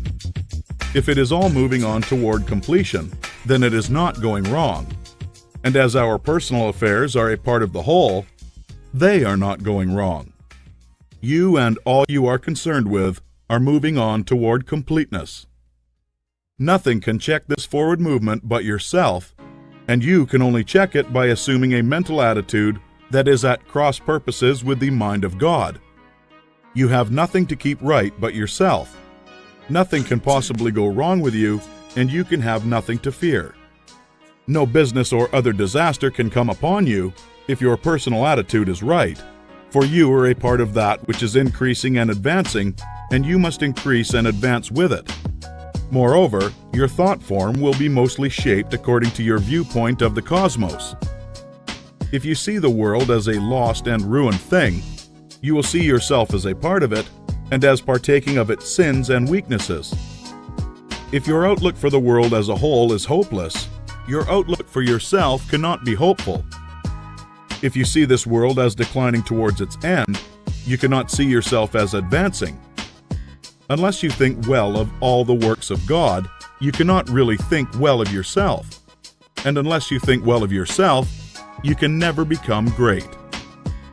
I repeat that your place in life, including your material environment, is determined by the thought form that you habitually hold of yourself. When you make a thought form of yourself, you can hardly fail to form in your mind a corresponding environment. If you think of yourself as an incapable, inefficient person, you will think of yourself with poor or cheap surroundings. Unless you think well of yourself, you will be sure to picture yourself in a more or less poverty-stricken environment. These thoughts, habitually held, become invisible forms in the surrounding mind stuff and are with you continually. In due time, by the regular action of the eternal creative energy, the invisible thought forms are produced in material stuff, and you are surrounded by your own thoughts made into material things. See nature as a great living and advancing presence, and see human society in exactly the same way. It is all one, coming from one source, and it is all good. You yourself are made of the same stuff as God. All the constituents of God are parts of you. Every power that God has is a constituent of man. You can move forward as you see God doing. You have within yourself the source of every power. Chapter 17. More about thought. Give place here some further consideration of thought. You will never become great until your own thoughts make you great, and therefore it is of the first importance that you should think. You will never do great things in the external world until you think great things in the internal world. And you will never think great things until you think about truth, about the verities. To think great things, you must be absolutely sincere, and to be sincere, you must know that your intentions are right. Insincere or false thinking is never great, however logical and brilliant it may be.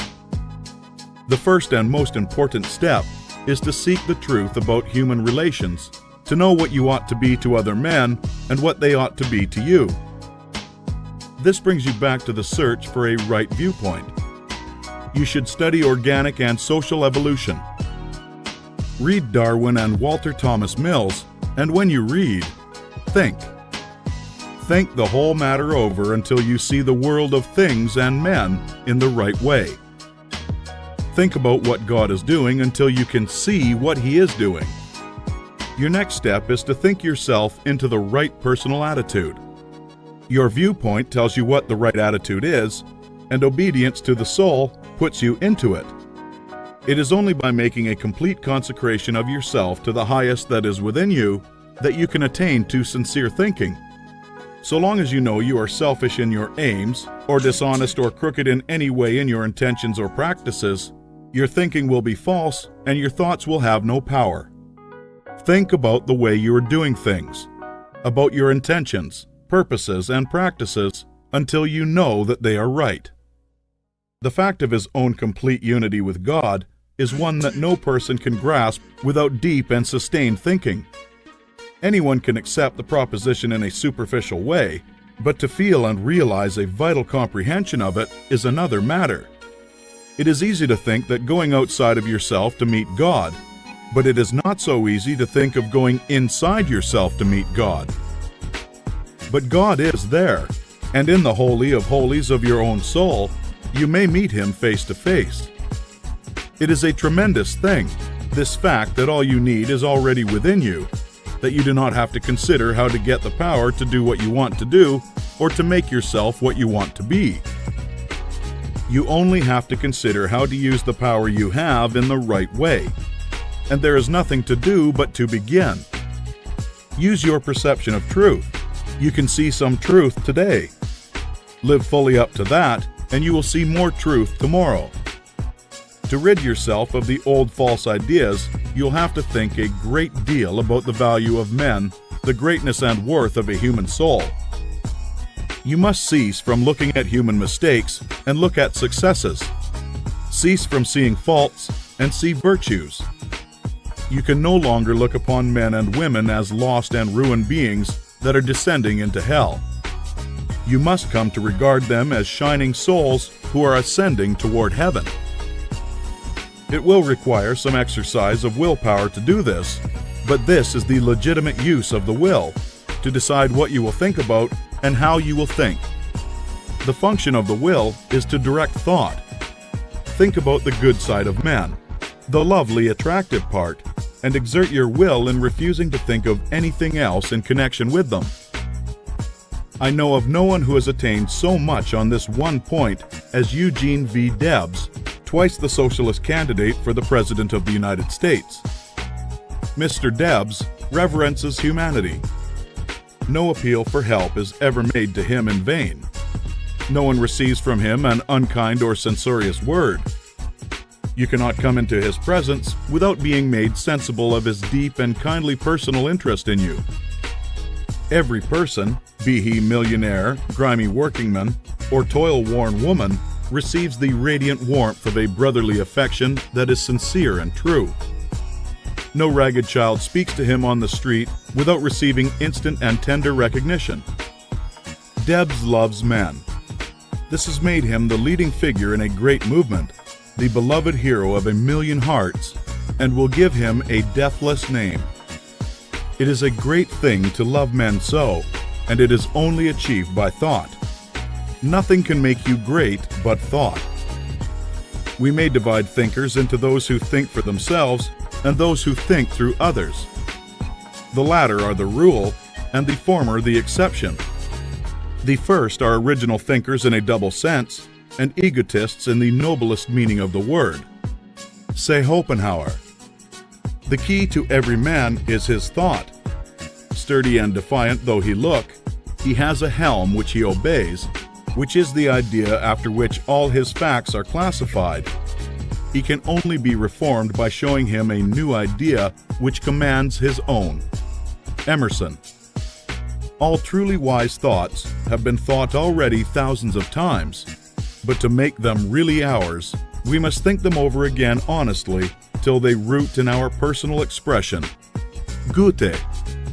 All that a man is outwardly is but the expression and completion of his inner thought. To work effectively, he must think clearly. To act nobly, he must think nobly. Channing. Great men are they who see that spiritually is stronger than any material force, that thoughts rule the world. Emerson. Some people study all their lives, and at their death, they have learned everything except to think. Domergue. It is the habitual thought that frames itself into our life. It affects us even more than our intimate social relations do. Our confidential friends have not so much to do in shaping our lives as the thoughts have which we harbor. J.W. Teal. When God lets loose a great thinker on this planet, then all things are at risk. There is not a piece of science but its flank may be turned tomorrow, nor any literary reputation or the so-called eternal names of fame that may not be refused and condemned. Emerson. Think, think, think. Chapter 18. Jesus' Idea of Greatness. In the 23rd chapter of Matthew, Jesus makes a very plain distinction between true and false greatness, and also points out one great danger to all who wish to become great. The most insidious of temptations, which all must avoid and fight unceasingly who desire to really climb in the world. Speaking to the multitude and to his disciples, he bids them beware of adopting the principle of the Pharisees. He points out that while the Pharisees are just and righteous men, honorable judges, true lawgivers, and upright in their dealings with men, they love the uppermost seats at feasts and greetings in the marketplace, and to be called master. And in comparison with this principle, he says, "He that will be great among you, let him serve." The average person's idea of a great man, rather than ones who serve, is of one who succeeds in getting himself served. He gets himself in a position to command men, to exercise power over them, making them obey his will. The exercise of dominion over other people, to most persons, is a great thing. Nothing seems to be sweeter to the selfish soul than this. You will always find every selfish and undeveloped person trying to domineer over others, to exercise control over other men. Savage men were no sooner placed upon the earth than they began to enslave one another. For ages, the struggle in war, diplomacy, politics, and government has been aimed at the securing of control over other men. Kings and princes have drenched the soul of the earth in blood and tears in the effort to extend their dominions and their power to rule more people. The struggle of the business world today is the same as that on the battlefields of Europe a century ago, so far as the ruling principle is concerned. Robert O. Ingersoll could not understand why men like Rockefeller and Carnegie seek for more money to make themselves slaves to the business struggle when they already have more than they can possibly use. He thought it a kind of madness and illustrated it as follows.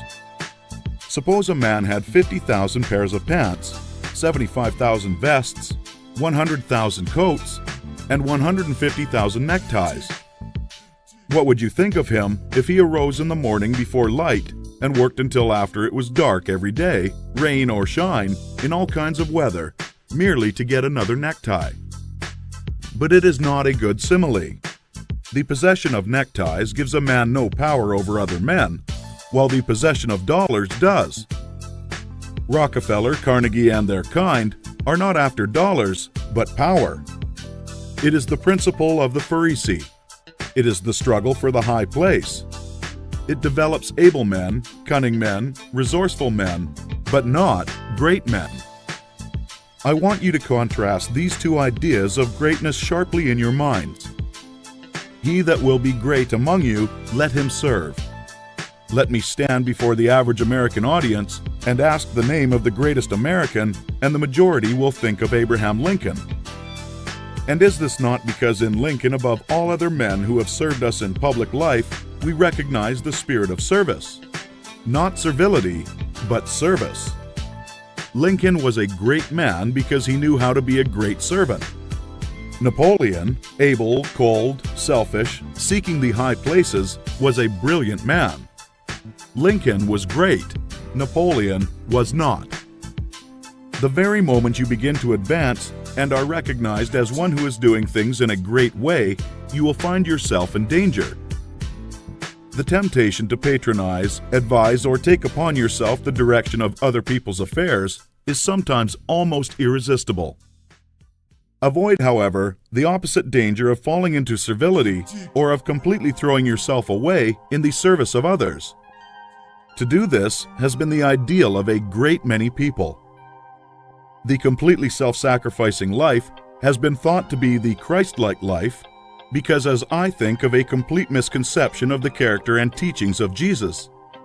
I have explained this misconception in a little book that I hope you may all sometime read, A New Christ. Thousands of people imitating Jesus, as they suppose, have belittled themselves and given up all else to go about doing good, practicing an altruism that is really as morbid and as far from great as the rankest selfishness. The finer instincts which respond to the cry of trouble or distress are not by any means all of you. They are not necessarily the best part of you. There are other things you must do besides helping the unfortunate, although it is true that a large part of the life and activities of every great person must be given to helping other people. As you begin to advance, they will come to you.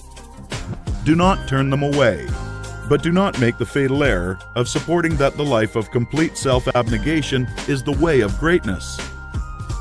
To make another point here, let me refer to the fact that Swedenborg's classification of fundamental motives is exactly the same as that of Jesus.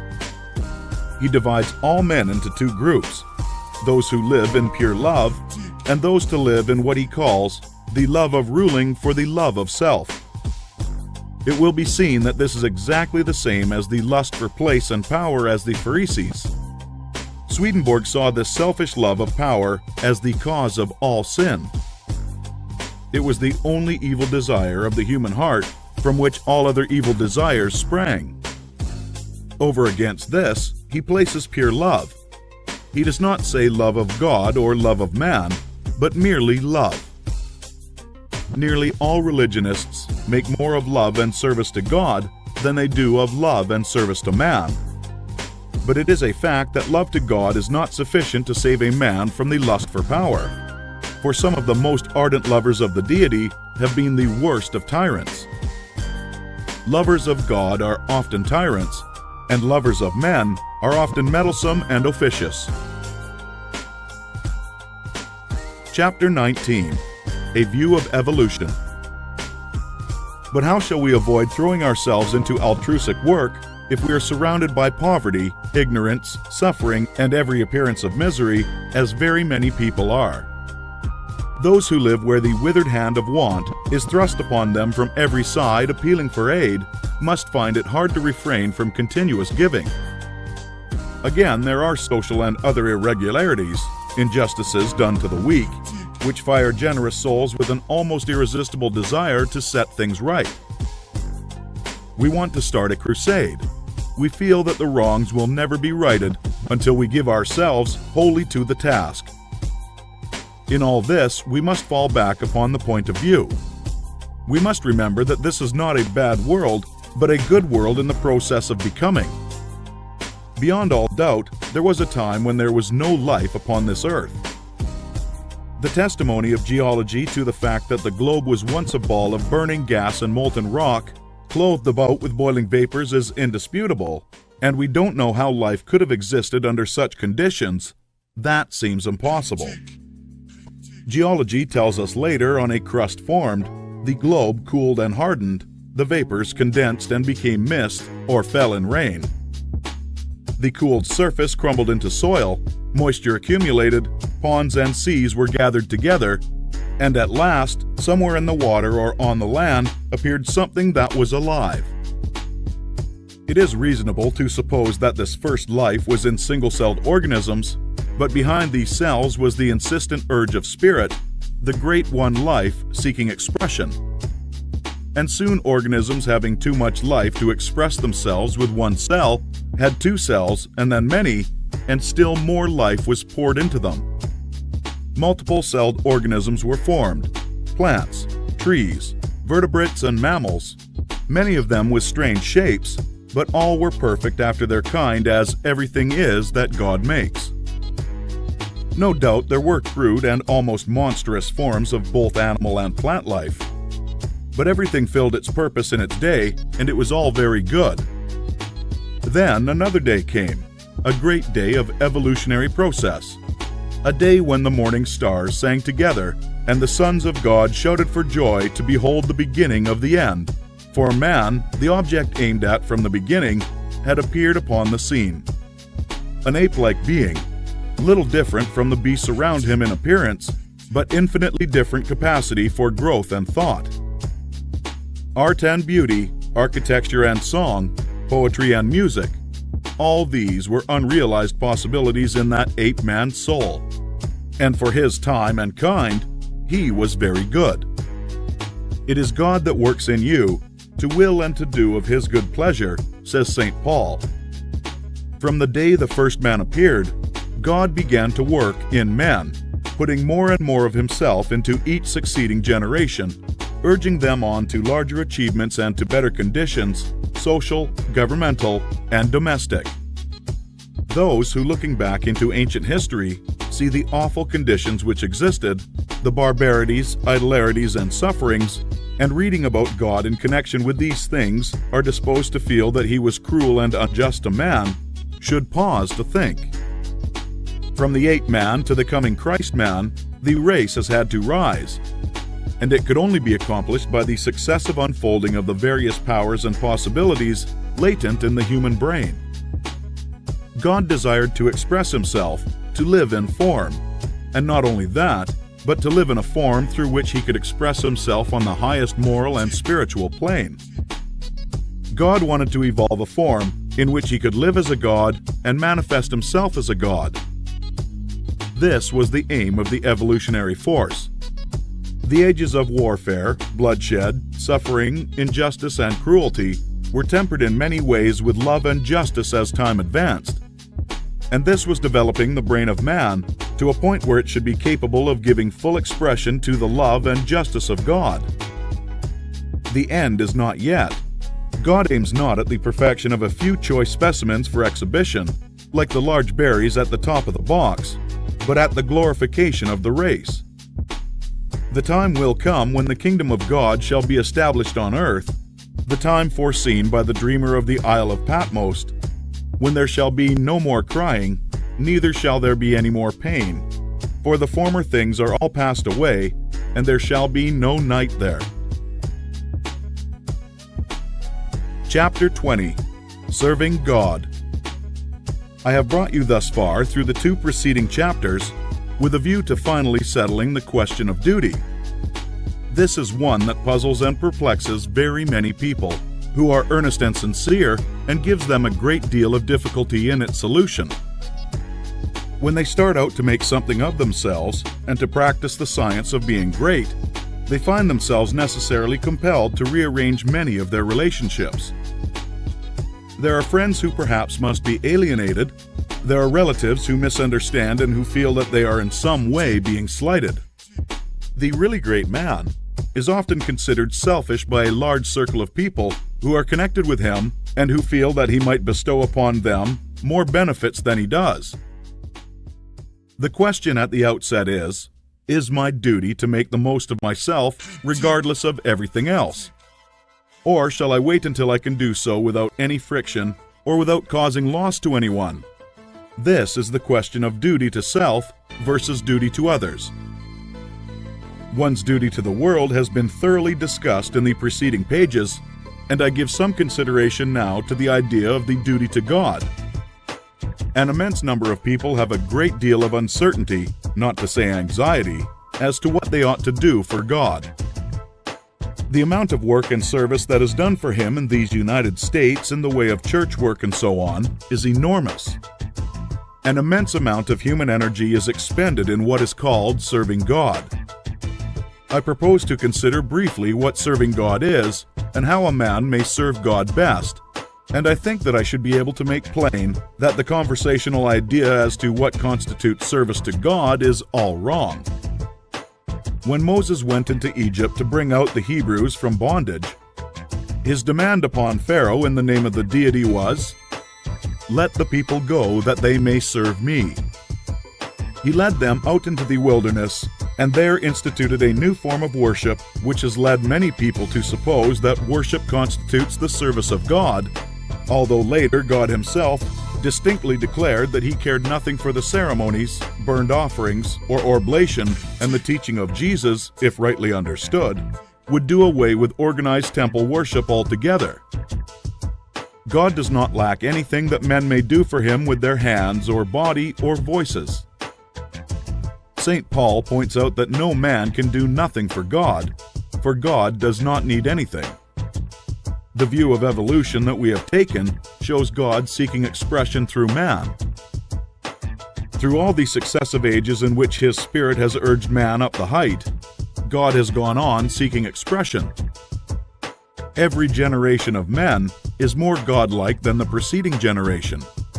Every generation of men demands more in the way of fine homes, pleasant surroundings, congenial work, rest, travel, and opportunity for study than the preceding generation.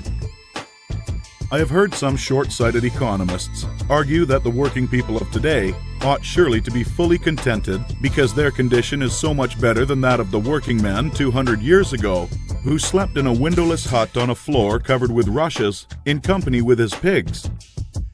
If that man had all that he was able to use for the living of all the life he knew how to live, he was perfectly content, and if he had lack, he was not contented. The man of today has a comfortable home and very many things, indeed, that were unknown a short period back in the past, and if he has all that he can use for the living of all the life he can imagine, he will be content. But he is not content. God has lifted the race so far that any common man can picture a better and more desirable life than he is able to live under existing conditions. And so long as this is true, so long as a man can think and clearly picture himself a more desirable life, he will be discontented with the life he has to live, and rightly so. That discontent is the Spirit of God urging men on to more desirable conditions. It is God who seeks expression in the race. He works in us to will and to do. The only service you can render God is to give expression to what He is trying to give the world through you. The only service you can render God is to make the very most of yourself in order that God may live in you to the utmost of your possibilities. In a former work of this series, The Science of Getting Rich, I refer to the little boy at the piano, the music whose soul could not find expression through his untrained hands. This is a good illustration of the way the Spirit of God is over, about, around, and in all of us, seeking to do great things with us, so soon as we will train our hands and feet, our minds, brains, and bodies to do His service.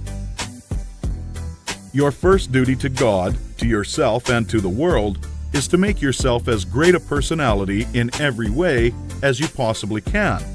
And that, it seems to me, disposes of the question of duty. There are one or two other things that might be disposed of in closing this chapter. I have written of opportunity in a preceding chapter. I have said in a general way that it is within the power of every man to become great, just as in The Science of Getting Rich, I declared that it is within the power of every man to become rich. But these sweeping generalizations need qualifying. There are men who have such materialistic minds that they are absolutely incapable of comprehending the philosophy set forth in these books. There is a great mass of men and women who have lived and worked until they are particularly incapable of thought along these lines, and they cannot receive the message. Something may be done for them by demonstration, that is, by living the life before them, but that is the only way they can be aroused. The world needs demonstration more than it needs teaching. For this mass of people, our duty is to become as great in personality as possible in order that they may see and desire to do likewise. It is our duty to make ourselves great for their sakes, so that they may help prepare the world that the next generation shall have better conditions for thought. One other point. I am frequently written to by other people who wish to make something of themselves and to move out into the world, but who are hampered by home ties, having others more or less dependent upon them, who they fear would suffer if left alone. In general, I advise such people to move out fearlessly and to make the most of themselves.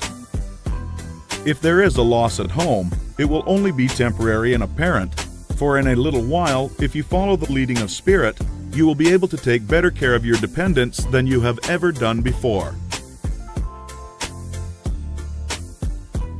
Chapter 21. A Mental Exercise. The purpose of mental exercises must not be misunderstood. There is no virtue in charms or formulated strings of words.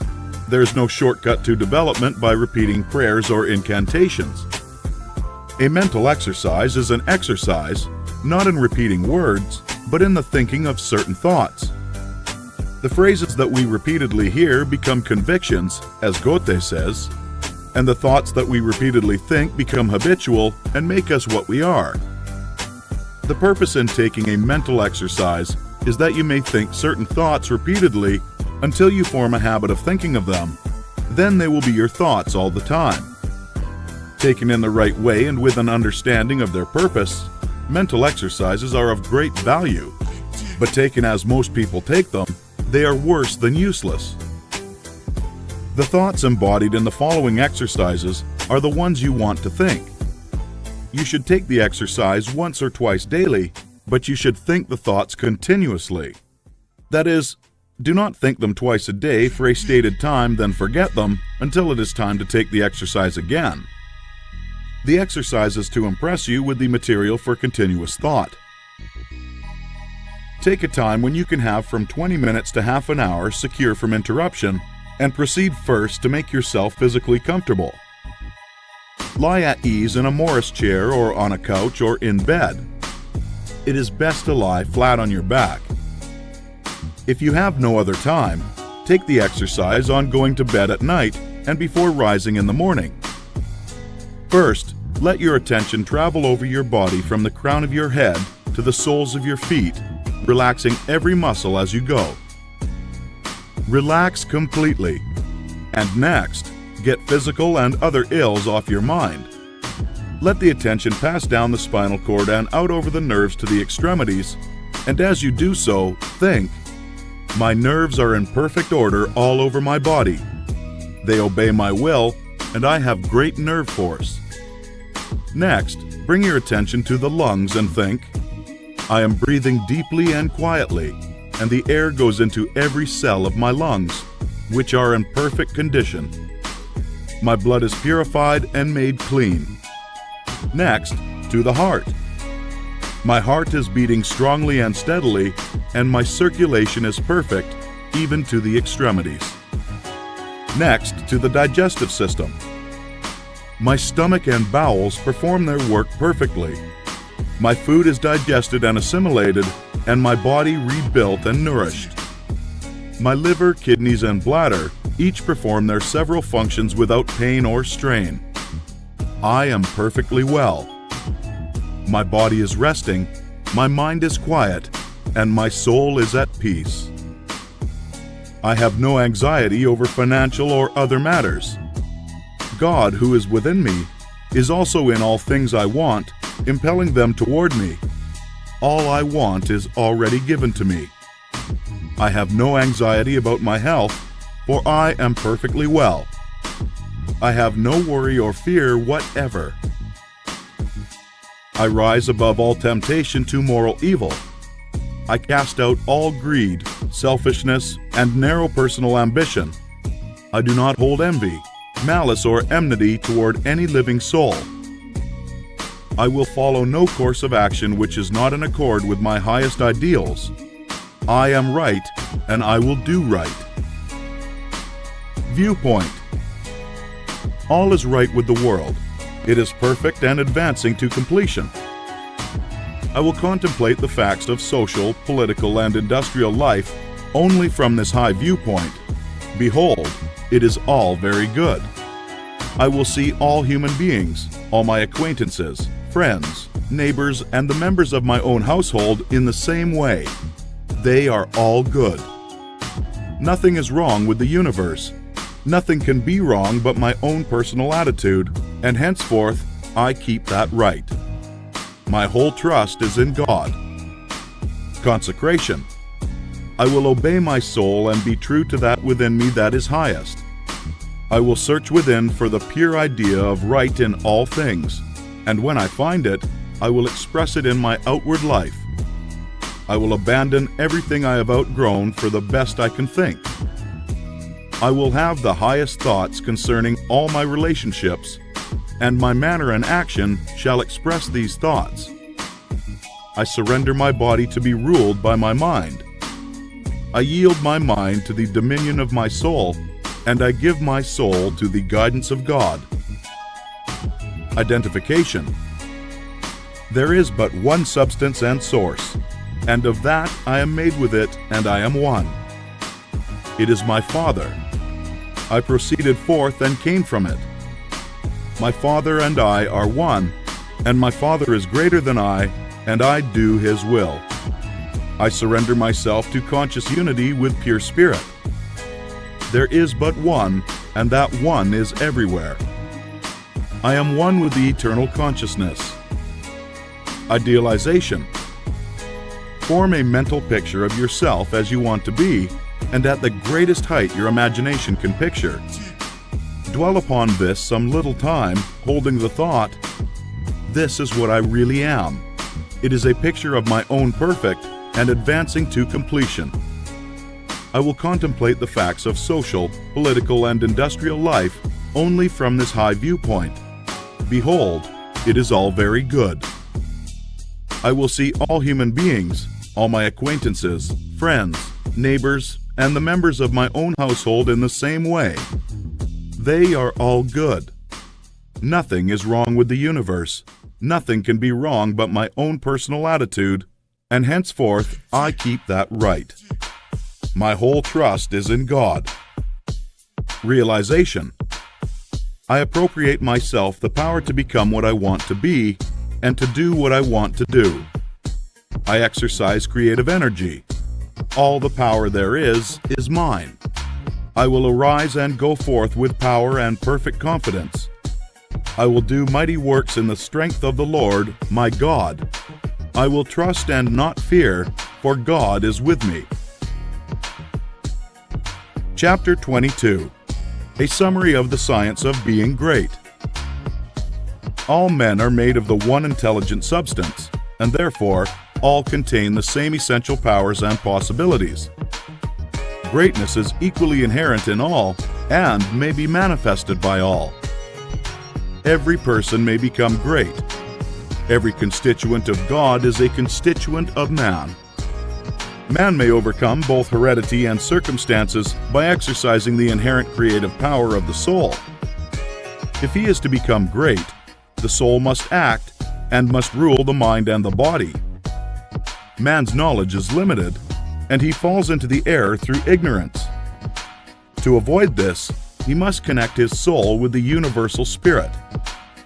Universal spirit is the intelligent substance from which all things come, and it is through all things.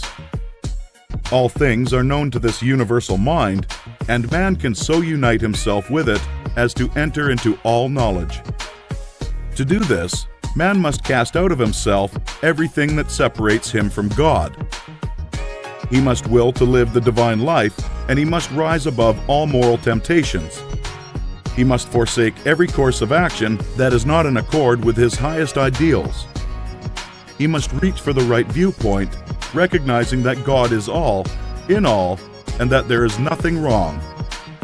He must see that nature, society, government, and industry are perfect in their present stage and advancing towards completion, and that all men and women everywhere are good and perfect. He must know that all is right with the world and unite with God for the completion of the perfect work. It is only as man sees God as the great advancing presence in all and good in all that he can rise to real greatness. He must consecrate himself to the service of the highest that is within himself, obeying the voice of the soul. There is an inner light in every man that continuously impels him toward the highest, and he must be guided by this light if he would become great. He must recognize the fact that he is one with the Father, and consciously affirm this unity for himself and for all others. He must know himself to be a God among gods, and act accordingly. He must have absolute faith in his own perceptions of truth, and begin at home to act on these perceptions.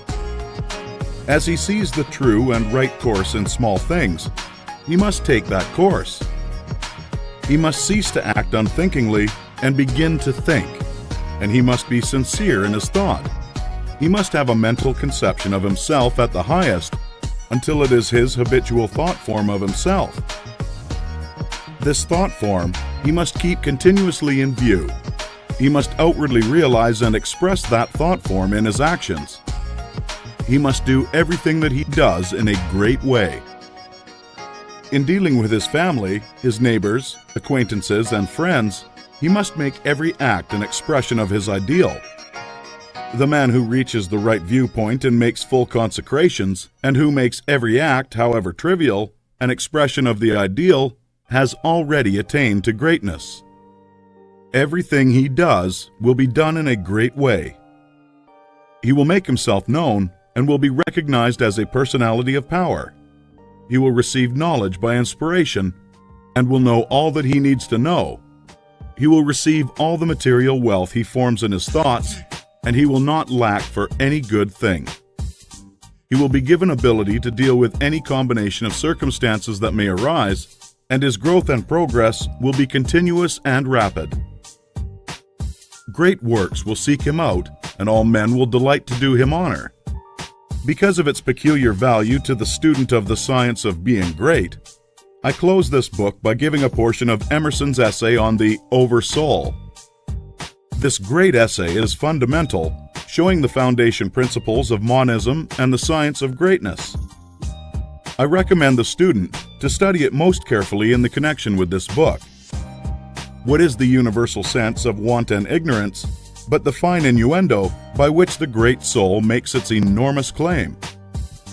Why do men feel that the natural history of man has never been written, but always he is leaving behind what you have said of him, and it becomes old, and books of metaphysics worthless? The philosophy of 6,000 years has not searched the chambers and magazines of the soul. In its experiments, there has always remained, in the last analysis, a residuum it cannot resolve. Man is a stream whose source is hidden. Always our being is descending into us from we know not whence. The most exact calculator has no prescience that somewhat incalculable may not balk the very next moment. I am constrained every moment to acknowledge a higher origin for events than the will I call mine. As with events, so it is with thoughts. When I watch that flowing river, which, out of regions I see not, pours for a season, it streams into me. I see that I am a pensioner, not a cause, but a surprised spectator of this ethereal water, that I desire to look up and put myself in the attitude for reception, but from some alien energy the visions come. The supreme critic on all the errors of the past and present, and of the only prophet of that which must be, is that great nature in which we rest as the earth lies in the soft arms of the atmosphere. That unity, that oversoul, with which every man's particular being is contained and made one with all other, that common heart of which all sincere conversation is the worship, to which all right action is the submission, that overpowering reality which confutes our tricks and talents, and constrains everyone to pass for what he is, and to speak from his character and not from his tongue, and which evermore tends and aims to pass into our thought and hand, and become wisdom and virtue and power and beauty. We live in succession, in division, in parts, in particles. Meantime, within man, the soul is of the whole, the wise silence, the universal beauty to which every part and particle is equally related, the eternal one. And this deep power in which we exist, and whose beatitude is all accessible to us, is not only self-sufficing and perfect in every hour, but the act of seeing and the thing seen, the seer and the spectacle, the subject and the object, are one. We see the world piece by piece as the sun, the moon, the animal, the tree, but the whole of which these are the shining parts is the soul.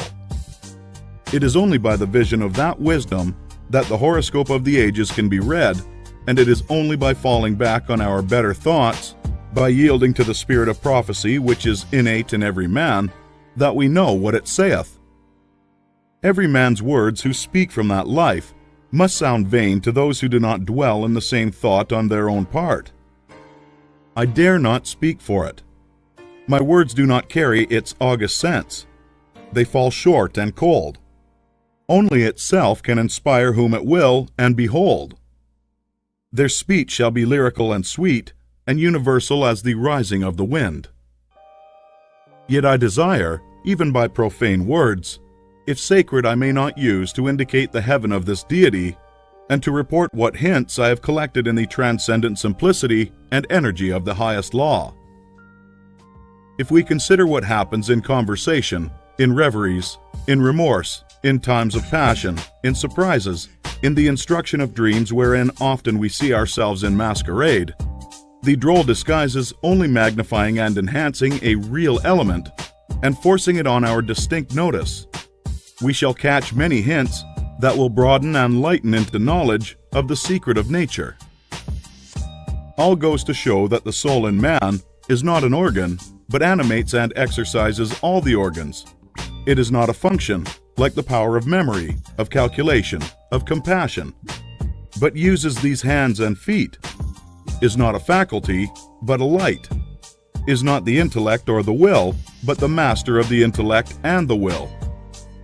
It is the vast background of our being in which they lie, an immensity not possessed and that cannot be possessed.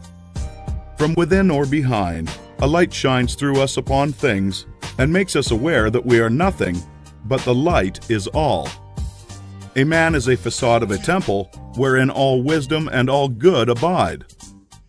What we commonly call man, the eating, drinking, planting, counting man, does not, as we know him, represent himself, but misrepresents himself. Him we do not respect, but the soul, whose organ he is, would he let it appear through his action, would make our knees bend. When it breathes through his intellect, it is genius. When it flows through his affection, it is love. After its own law, and not by arithmetic, is the rate of its progress to be computed. The soul's advances are not made by graduation, such as can be represented by motion in a straight line, but rather by ascension of state, such as can be represented by metamorphosis, from an egg to the worm, from the worm to the fly. The growths of genius are of a certain total character that does not advance to the elect individual first over John, then Adam, then Richard, and give to each the pain of discovered inferiority, but by every throw of growth the man expands there where he works, passing at each pulsation classes populations of men.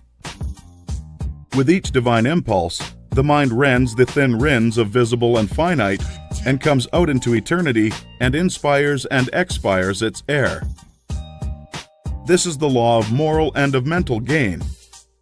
The simple rise, as by specific levity, not into a particular virtue, but into the region of all the virtues. They are in the spirit that contains them all. The soul is superior to all the particulars of merit. The soul requires purity, but purity is not it. Requires justice, but justice is not that.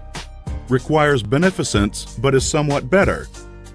So that there is a kind of descent and accommodation felt when we leave speaking of moral nature to urge a virtue which it enjoins.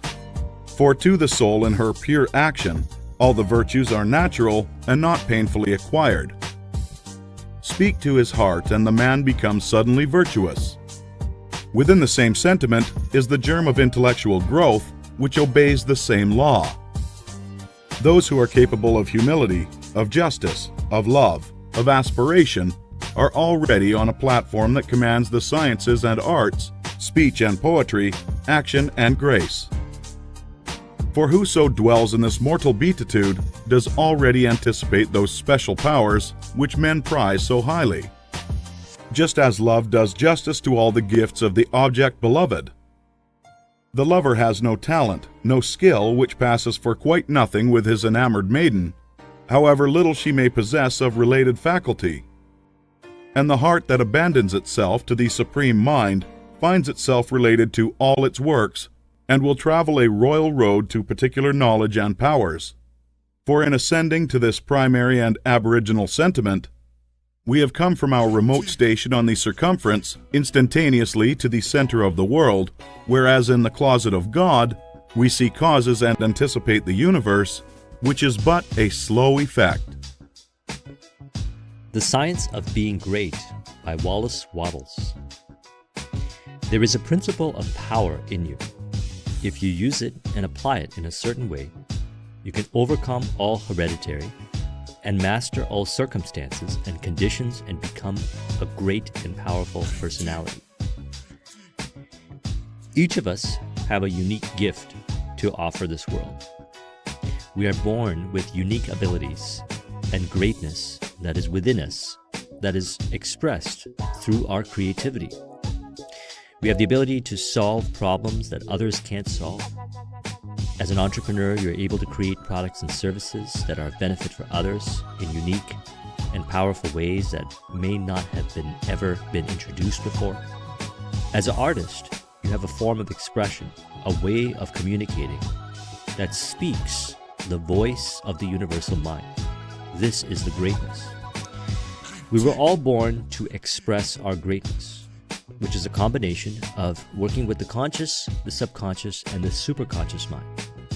The superconscious mind being infinite intelligence, the source of all creative inspiration, and the subconscious mind being the receiving set, which is projected outwards onto the imagination.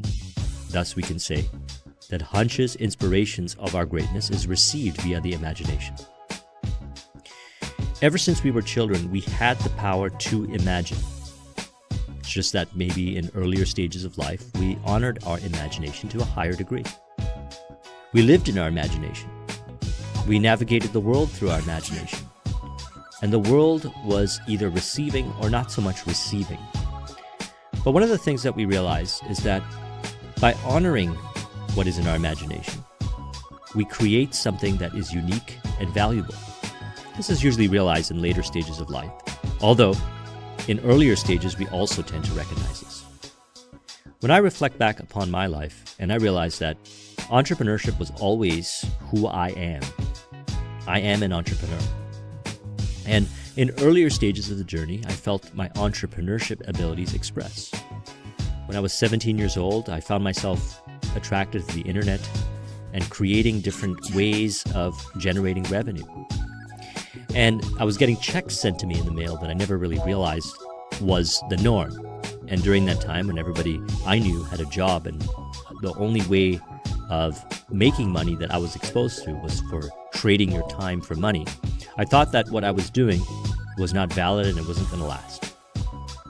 Now, when I talked to others about my experience in doing this at that time, they revealed to me my doubts within. What I realize now in this current state is that they weren't causing me to doubt myself, but rather reveal the doubts within. Where did the doubts come from? Perhaps it's from earlier stages of life, prior to that. But regardless, we all experience moments in our life where we have allowed ourselves to express our greatness and have it materialize in the external world into form. The question is, do we continue to honor it? The purpose of this video is to connect back to that greatness, to encourage it so that we can express it. Your uniqueness and your greatness is a gift to this world. Individuals have the ability to identify and express their greatness, which creates harmoniousness in their lives and is experienced with harmoniousness within. A lot of my discussions, I talk about the relationship between the conscious, the subconscious, and the superconscious. Conscious mind being directing towards a specific worthwhile ideal, the subconscious mind being creation, and the superconscious mind being infinite intelligence, the source of inspiration, hunches, and your greatness. So in other words, we have a purpose, and we can identify what our purpose is, and we can honor that purpose and continue to live it till it is expressed fully. And if we choose, we can help others, inspire others to do the same. The truth is this, however, it is all within you. It has always been within you, and you can reflect back and realize that you've had experiences with this. However, now you've chosen to honor this to a higher degree, to allow it to express, and not let the doubts that are within you take precedent over the identifying and expressing of the greatness. Greatness exists in all individuals, and building a relationship with our inner voice reveals our greatness. Okay, building a relationship with our inner voice. Again, going back to my own experience, when I reflect back on that experience that I had, where I was able to apply my natural entrepreneurship abilities and create success, I realized that these ideas and hunches and inspirations to create whatever it is that I was creating back then came from my own inner voice. Ideas that I said, what if I could do something?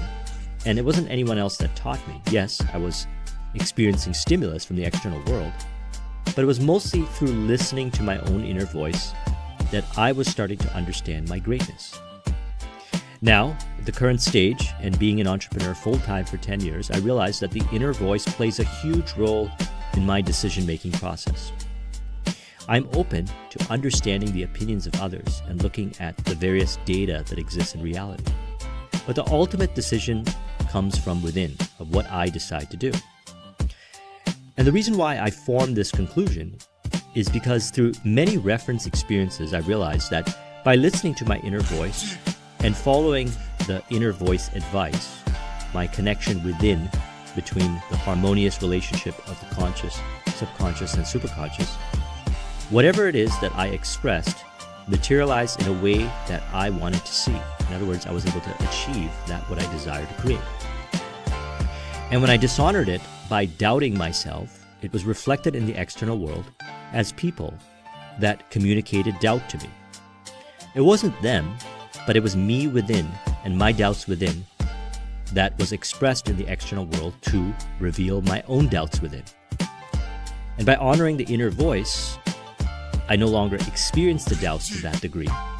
And then I find myself not experiencing the reflection of that in the external world of people, environment, and circumstance. Rather, I feel the honoring and moving forward on that what is revealed to me via my inner voice. As a result, my own creative expression is projected outwards and received by others. It's received as value. It's valuable for them, it's a benefit to them. And we all have this ability to do the same thing. I've spoken on this journey through countless entrepreneurs and those that are creators in reality who honor their creative expression and allow it to express freely through them to create value in the world, to create beauty in the world, diversity in the various elements related to their greatness that is unique to them. And all of them universally listen to their own inner voice. As Steve Jobs said in his commencement speech, don't let the noise of others' opinions drown out your own inner voice. And as we further identified, the opinions are there as data so that we can value it, but it doesn't need to sway the ultimate decision that comes from within our inner voice. Facts that exist in the external world that hinder or diminish your greatness do not need to be entertained, or they will break the connection to your true identity. Facts in the external world came as a result of thought and various experiences that have been cross-referenced and are a net result of looking at effect. And you have the ability to create your own unique contribution to the world that may go beyond the existing facts. If it did not honor this way of thinking, then we wouldn't have breakthroughs in technology, entrepreneurship, and the various arts and so forth. If a person just looked at what was created in the external world and limited themselves through that lens, a lot of times they wouldn't be able to allow their own unique greatness, which may have been contrarian to those facts, to be expressed. Circumstances reveal to you about yourself and elements of belief that you have identified with from 5 sensory data plus meaning. So in this existence, we have 5 senses, and we have data we receive in the 5 senses, and we have meaning assigned to this data, usually meaning we get from others. We also have our 6th sense, which is our creative imagination, and that is data that both the data from the external world, 5 sensory, and the data from within the sixth sense impresses itself on the subconscious mind and expresses accordingly. What is expressed via the subconscious mind in the external world through people, environment, and circumstance reveals to us about what is within ourselves and the beliefs and that what we have associated with. The question becomes, what do we honor more? Do we honor the sixth sense and the meaning we create inside if it's harmonious to bringing forth our greatness and expressing it? Or do we honor the meaning from the external world that denies it? Well, one of the things that I have realized on this journey, and that I help my clients realize, is that they can learn to trust their inner voice and test and express that what their inner voice tells them to do.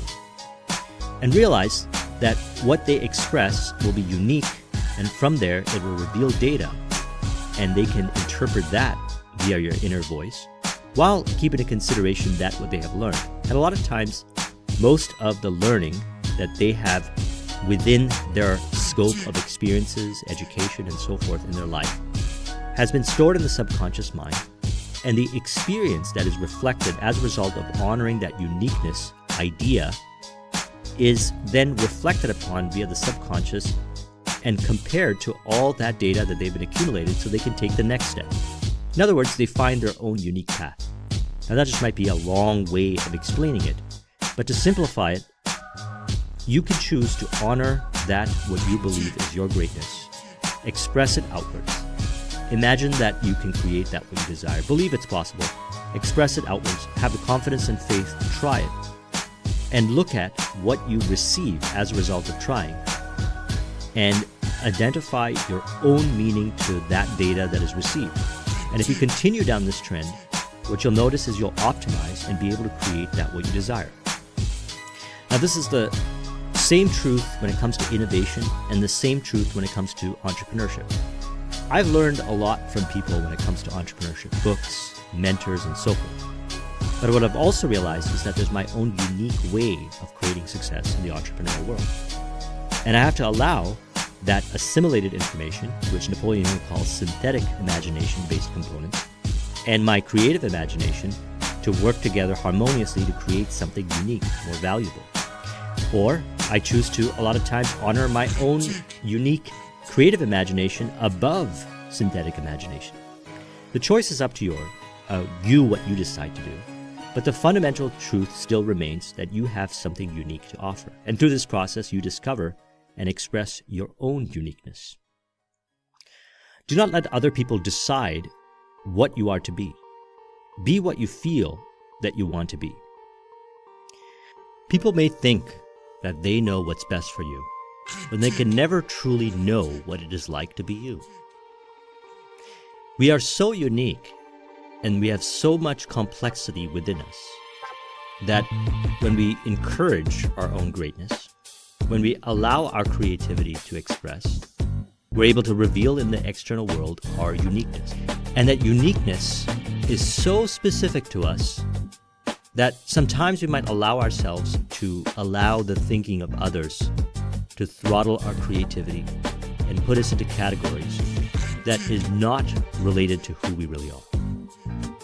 We live in a time right now where consciousness is rising. And more people are choosing to express themselves the way they choose to express themselves.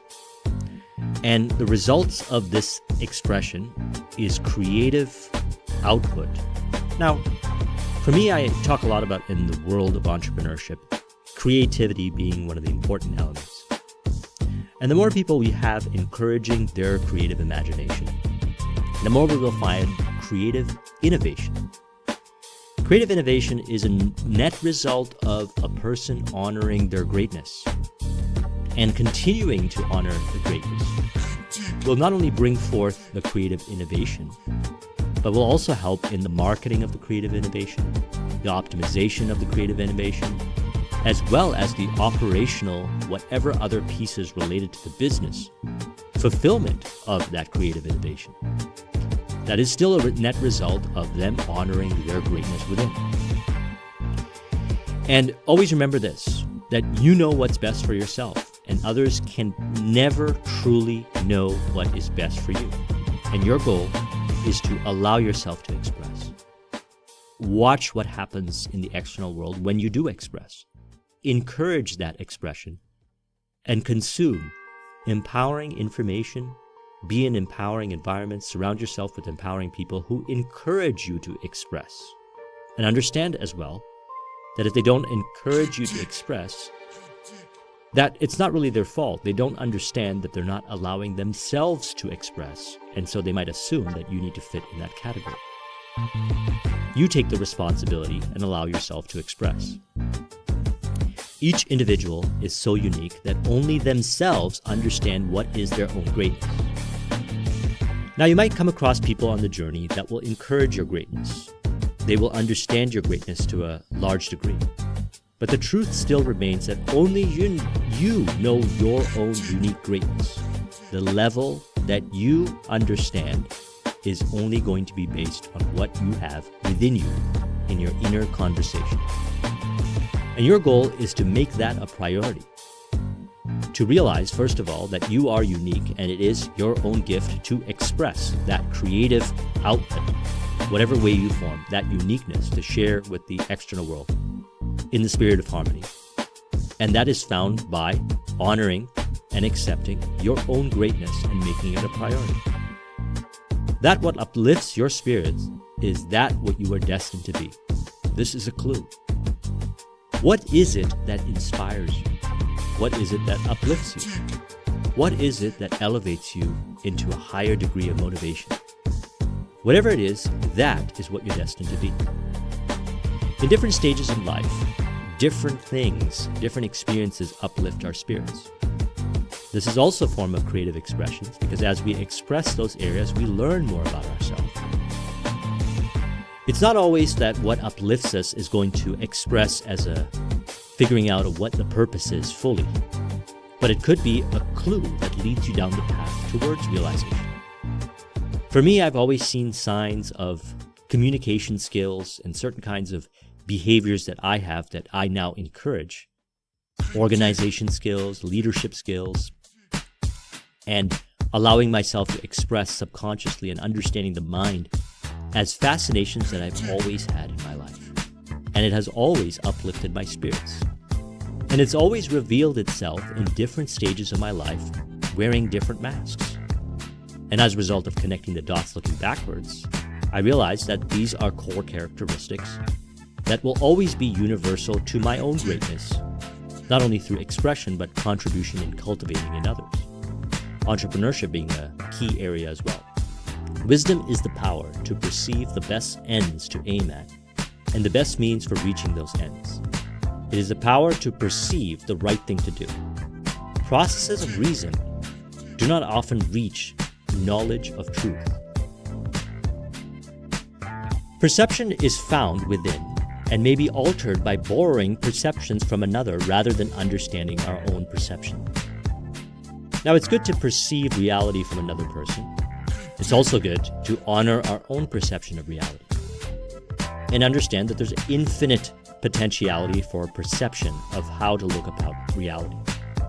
And each unique form of perception of looking at reality is based on the individual. What is the most harmoniousness within? Harmoniousness within is found by honoring that what uplifts our spirit and also reflecting upon the perception that we have upon reality. And if we believe that it is something that is true to us, that perhaps that is our perception of reality, our lens of looking at reality, that is required to create that what we desire. And what we desire is to express our greatness. So by allowing ourselves to perceive the way we want to perceive, by allowing ourselves to choose that what uplifts our spirits, we allow ourselves to express and create in the external world from that lens, which will be the net result of our greatness. Both the ends is determined within, and the means for reaching the end is also found within. So we can follow advice, and we can do things the way that other people show us, and that may or may not be harmonious. But there comes a point in our life where we realize that the choice of the destination is found within, and we honor that, we'll find a greater degree of happiness. And we'll also find the ways about reaching that end result from within. See, there are many reasonable ways that have been discovered to reach an end result, and there are many more reasonable ways that have not been discovered yet to reach the end result. If you look at reality and say, all that exists is the totality of the possibility of how to get to a destination, we limit ourselves. We limit our own creativity from being expressed in our own unique way and finding our own ways. Again, this goes back to the statement that I had learned from Steve Jobs in his commencement speech when he said, "We can't connect the dots looking forward, we can only connect them looking backwards." So that what you desire to create, once created, you can reverse engineer and reflect back on what you did, and yes, you could share that process with another person. But it's probably not the only way. And somebody else might come along and create that same end result in a different way. Each of them creating it in a way that's unique to them. Now the question becomes, what is the most harmonious way? Well, if there's many ways that have not been discovered, perhaps the way to create that what you desire, the most harmonious way, is unique to you. Honoring that, reflecting upon that, and allowing that to express is to not only identify your greatness, but it is to encourage it and realize it and develop the confidence and faith in yourself that you can repeat the process again and again. The use of prayer and affirmation is to change your habit of thought. Any act, mental or physical, often repeated, becomes a habit. The purpose of mental exercises is to repeat certain thoughts over and over until the thinking of those thoughts become constant and habitual. The thoughts we continuously repeat become convictions. Now, why is this important? What we're discussing here is my experience and my reflections, not just on this book, but my own concept of identifying what it takes to become great and how unique it is. And if any of these ring true to you, then what we want to do is we want to affirm these. We want to encourage these thoughts. Maybe we need to listen to this video a handful of times. Maybe we need to pull key insights and turn them into specific affirmations that we can use to reprogram our subconscious mind so that we can constantly be reminded of that what is related to not only finding the greatness within, but expressing it and making it a priority. A single new thought reflected upon from many different perspectives will lead to a habitual thought. One of the questions I get asked a lot is, how do I find my definite chief aim? And I'll probably do a discussion on that in the upcoming video. This is very much related. For me, when I came across Think and Grow Rich, my first definite chief aim was just to get out of $50,000 debt. In the process of getting out of $50,000 debt, I realized my own unique greatness to a higher degree. And then after creating another definite chief aim and realizing that and doing it again and again and again to the point where every definite chief aim I have brought forth, I realized my own unique greatness and I allowed my greatness to express. And in the process, I built my connection with my inner voice. Now, as a result of doing that, I was able to figure out how to create a definite chief aim. But the bottom line is this, is that if you first believe that greatness is within you, and then you consume information, you find yourself under people, environment, and circumstance that reflect that that is the way it is, it will become a habitual thought, and you will start to uncover your own way. Perhaps it's a combination of what I share with you. Perhaps it's a combination of what is shared by many that have also realized what purposeful life and what greatness is to them.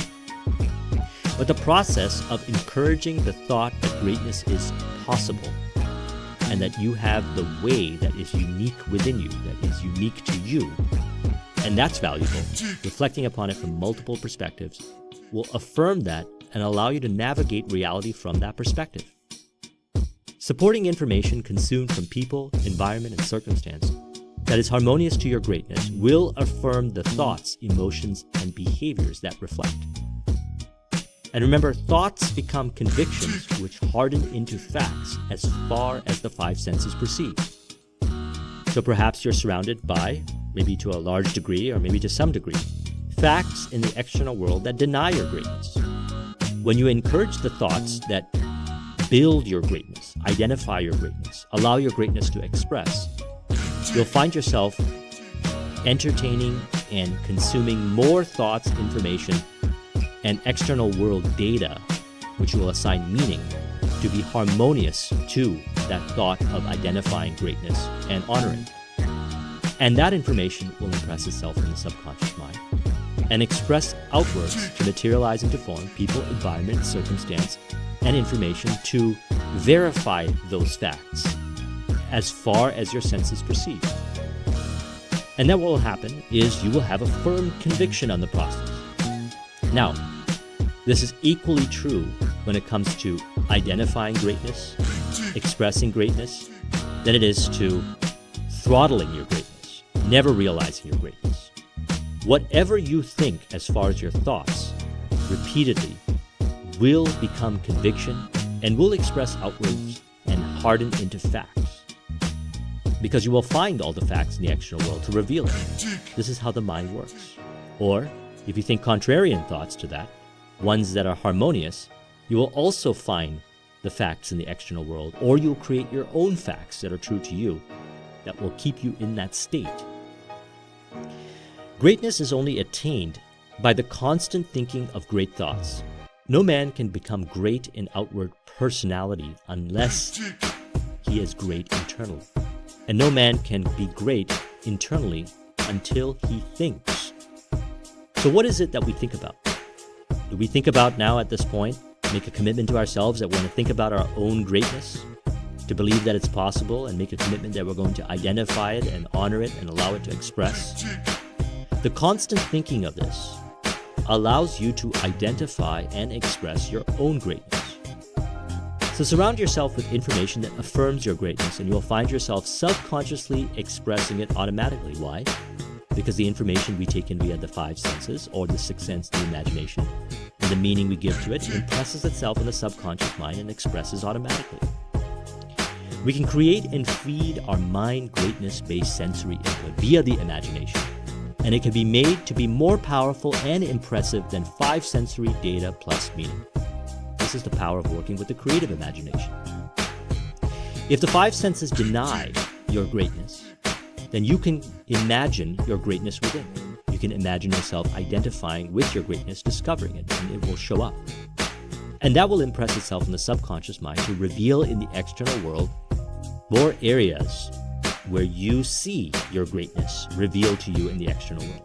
Perhaps it's in conversations. Whatever your creative expression is, it will be revealed to you in the external world as you impress it in the imagination via your subconscious mind, or I should say, as you allow your imagination to impress your subconscious mind and make that a priority.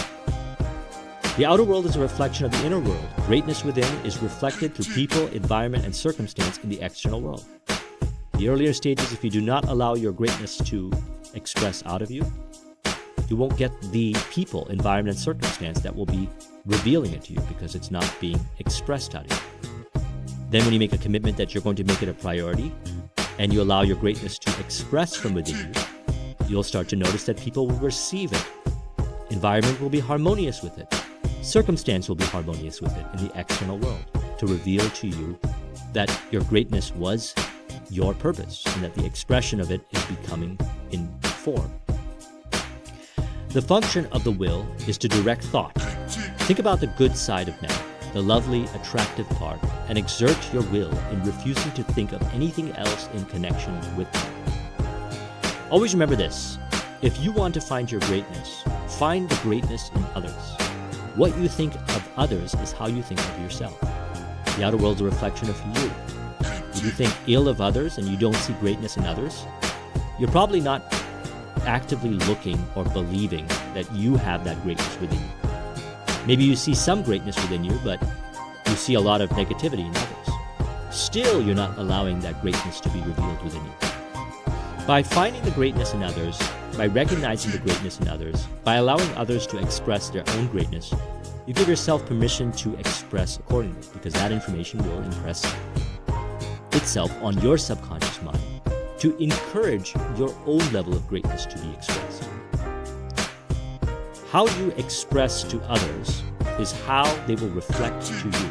Okay? how you express to others is how they will reflect to you. So if you express your own version of greatness onto others, they will receive it, and you will start to identify the greatness in them, and you will receive it. What you'll start to notice is greatness in others. See, when we're talking about greatness here, we're not talking about it from an egotistical perspective. Okay, we're talking about it from a place of contribution. Your contribution in life is your greatness. That's how you create. And by creating from your place of greatness, you see the greatness in others, and you encourage it through the being when you're in their presence for them to express their own greatness. Because we evoke the aspects in another that are our convictions of them. Our convictions of another person is evoked in our interactions with them, through them, to reveal to us about ourselves. If you see greatness in others because you encourage your own greatness, then you evoke the greatness in them. Maybe they have never seen themselves as great, but because you personally encourage it so much in yourself, if they find themselves in your presence, automatically they start to get hunches about their own greatness, and they begin to encourage it. We call that state transference. All men are made of one intelligent substance, and therefore all contain the same essential powers and possibilities. Greatness is equally inherent in all and may be manifested by all. Every person may become great. Every constitute of God is a constitute of man. Infinite intelligence that created everything is available within us by connecting with our inner voice and making identifying our greatness and expressing it a priority. What is it?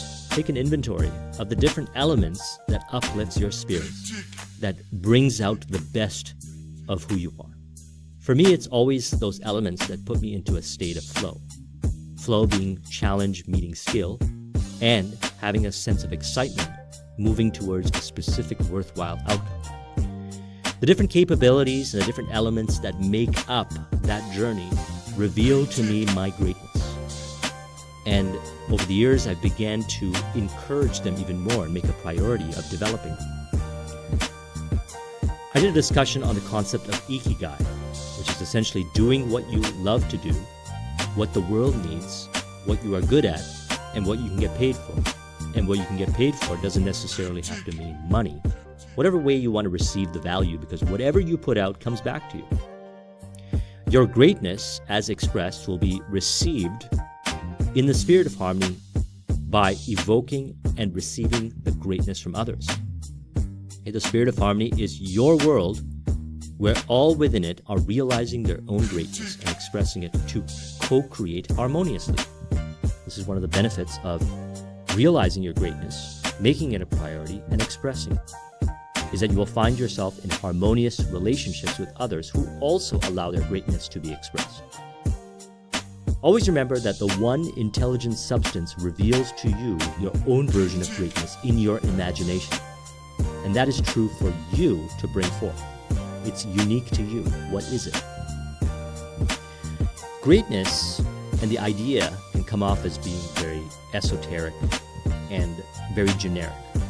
But each person has their own definition of greatness, and that's the premise of this video. It's not to tell you what is great, but rather to assist you in helping you find your own greatness, which is found in your imagination and your inner voice. Building a relationship with yourself and trusting yourself and listening to yourself is the way to identify your greatness. The truth is, since we were children, we worked with our imagination, is that we've always had clues of our greatness. By connecting the dots and reflecting upon past revelations of our greatness, we encourage it further. And by listening to our inner voice, we make it a priority. And as we express it, we not only find our greatness to a higher degree through the journey. As mentioned, I realized many definite chief aims, and each time I realized a definite chief aim, I realized my own unique ability and greatness that I was to contribute to the world. You make that a priority, and you find your own creative way of expressing it to create harmoniously in the external world. If you want to copy this mind map, the link is in the description. Thank you very much for watching. I'll talk to you soon. Take care.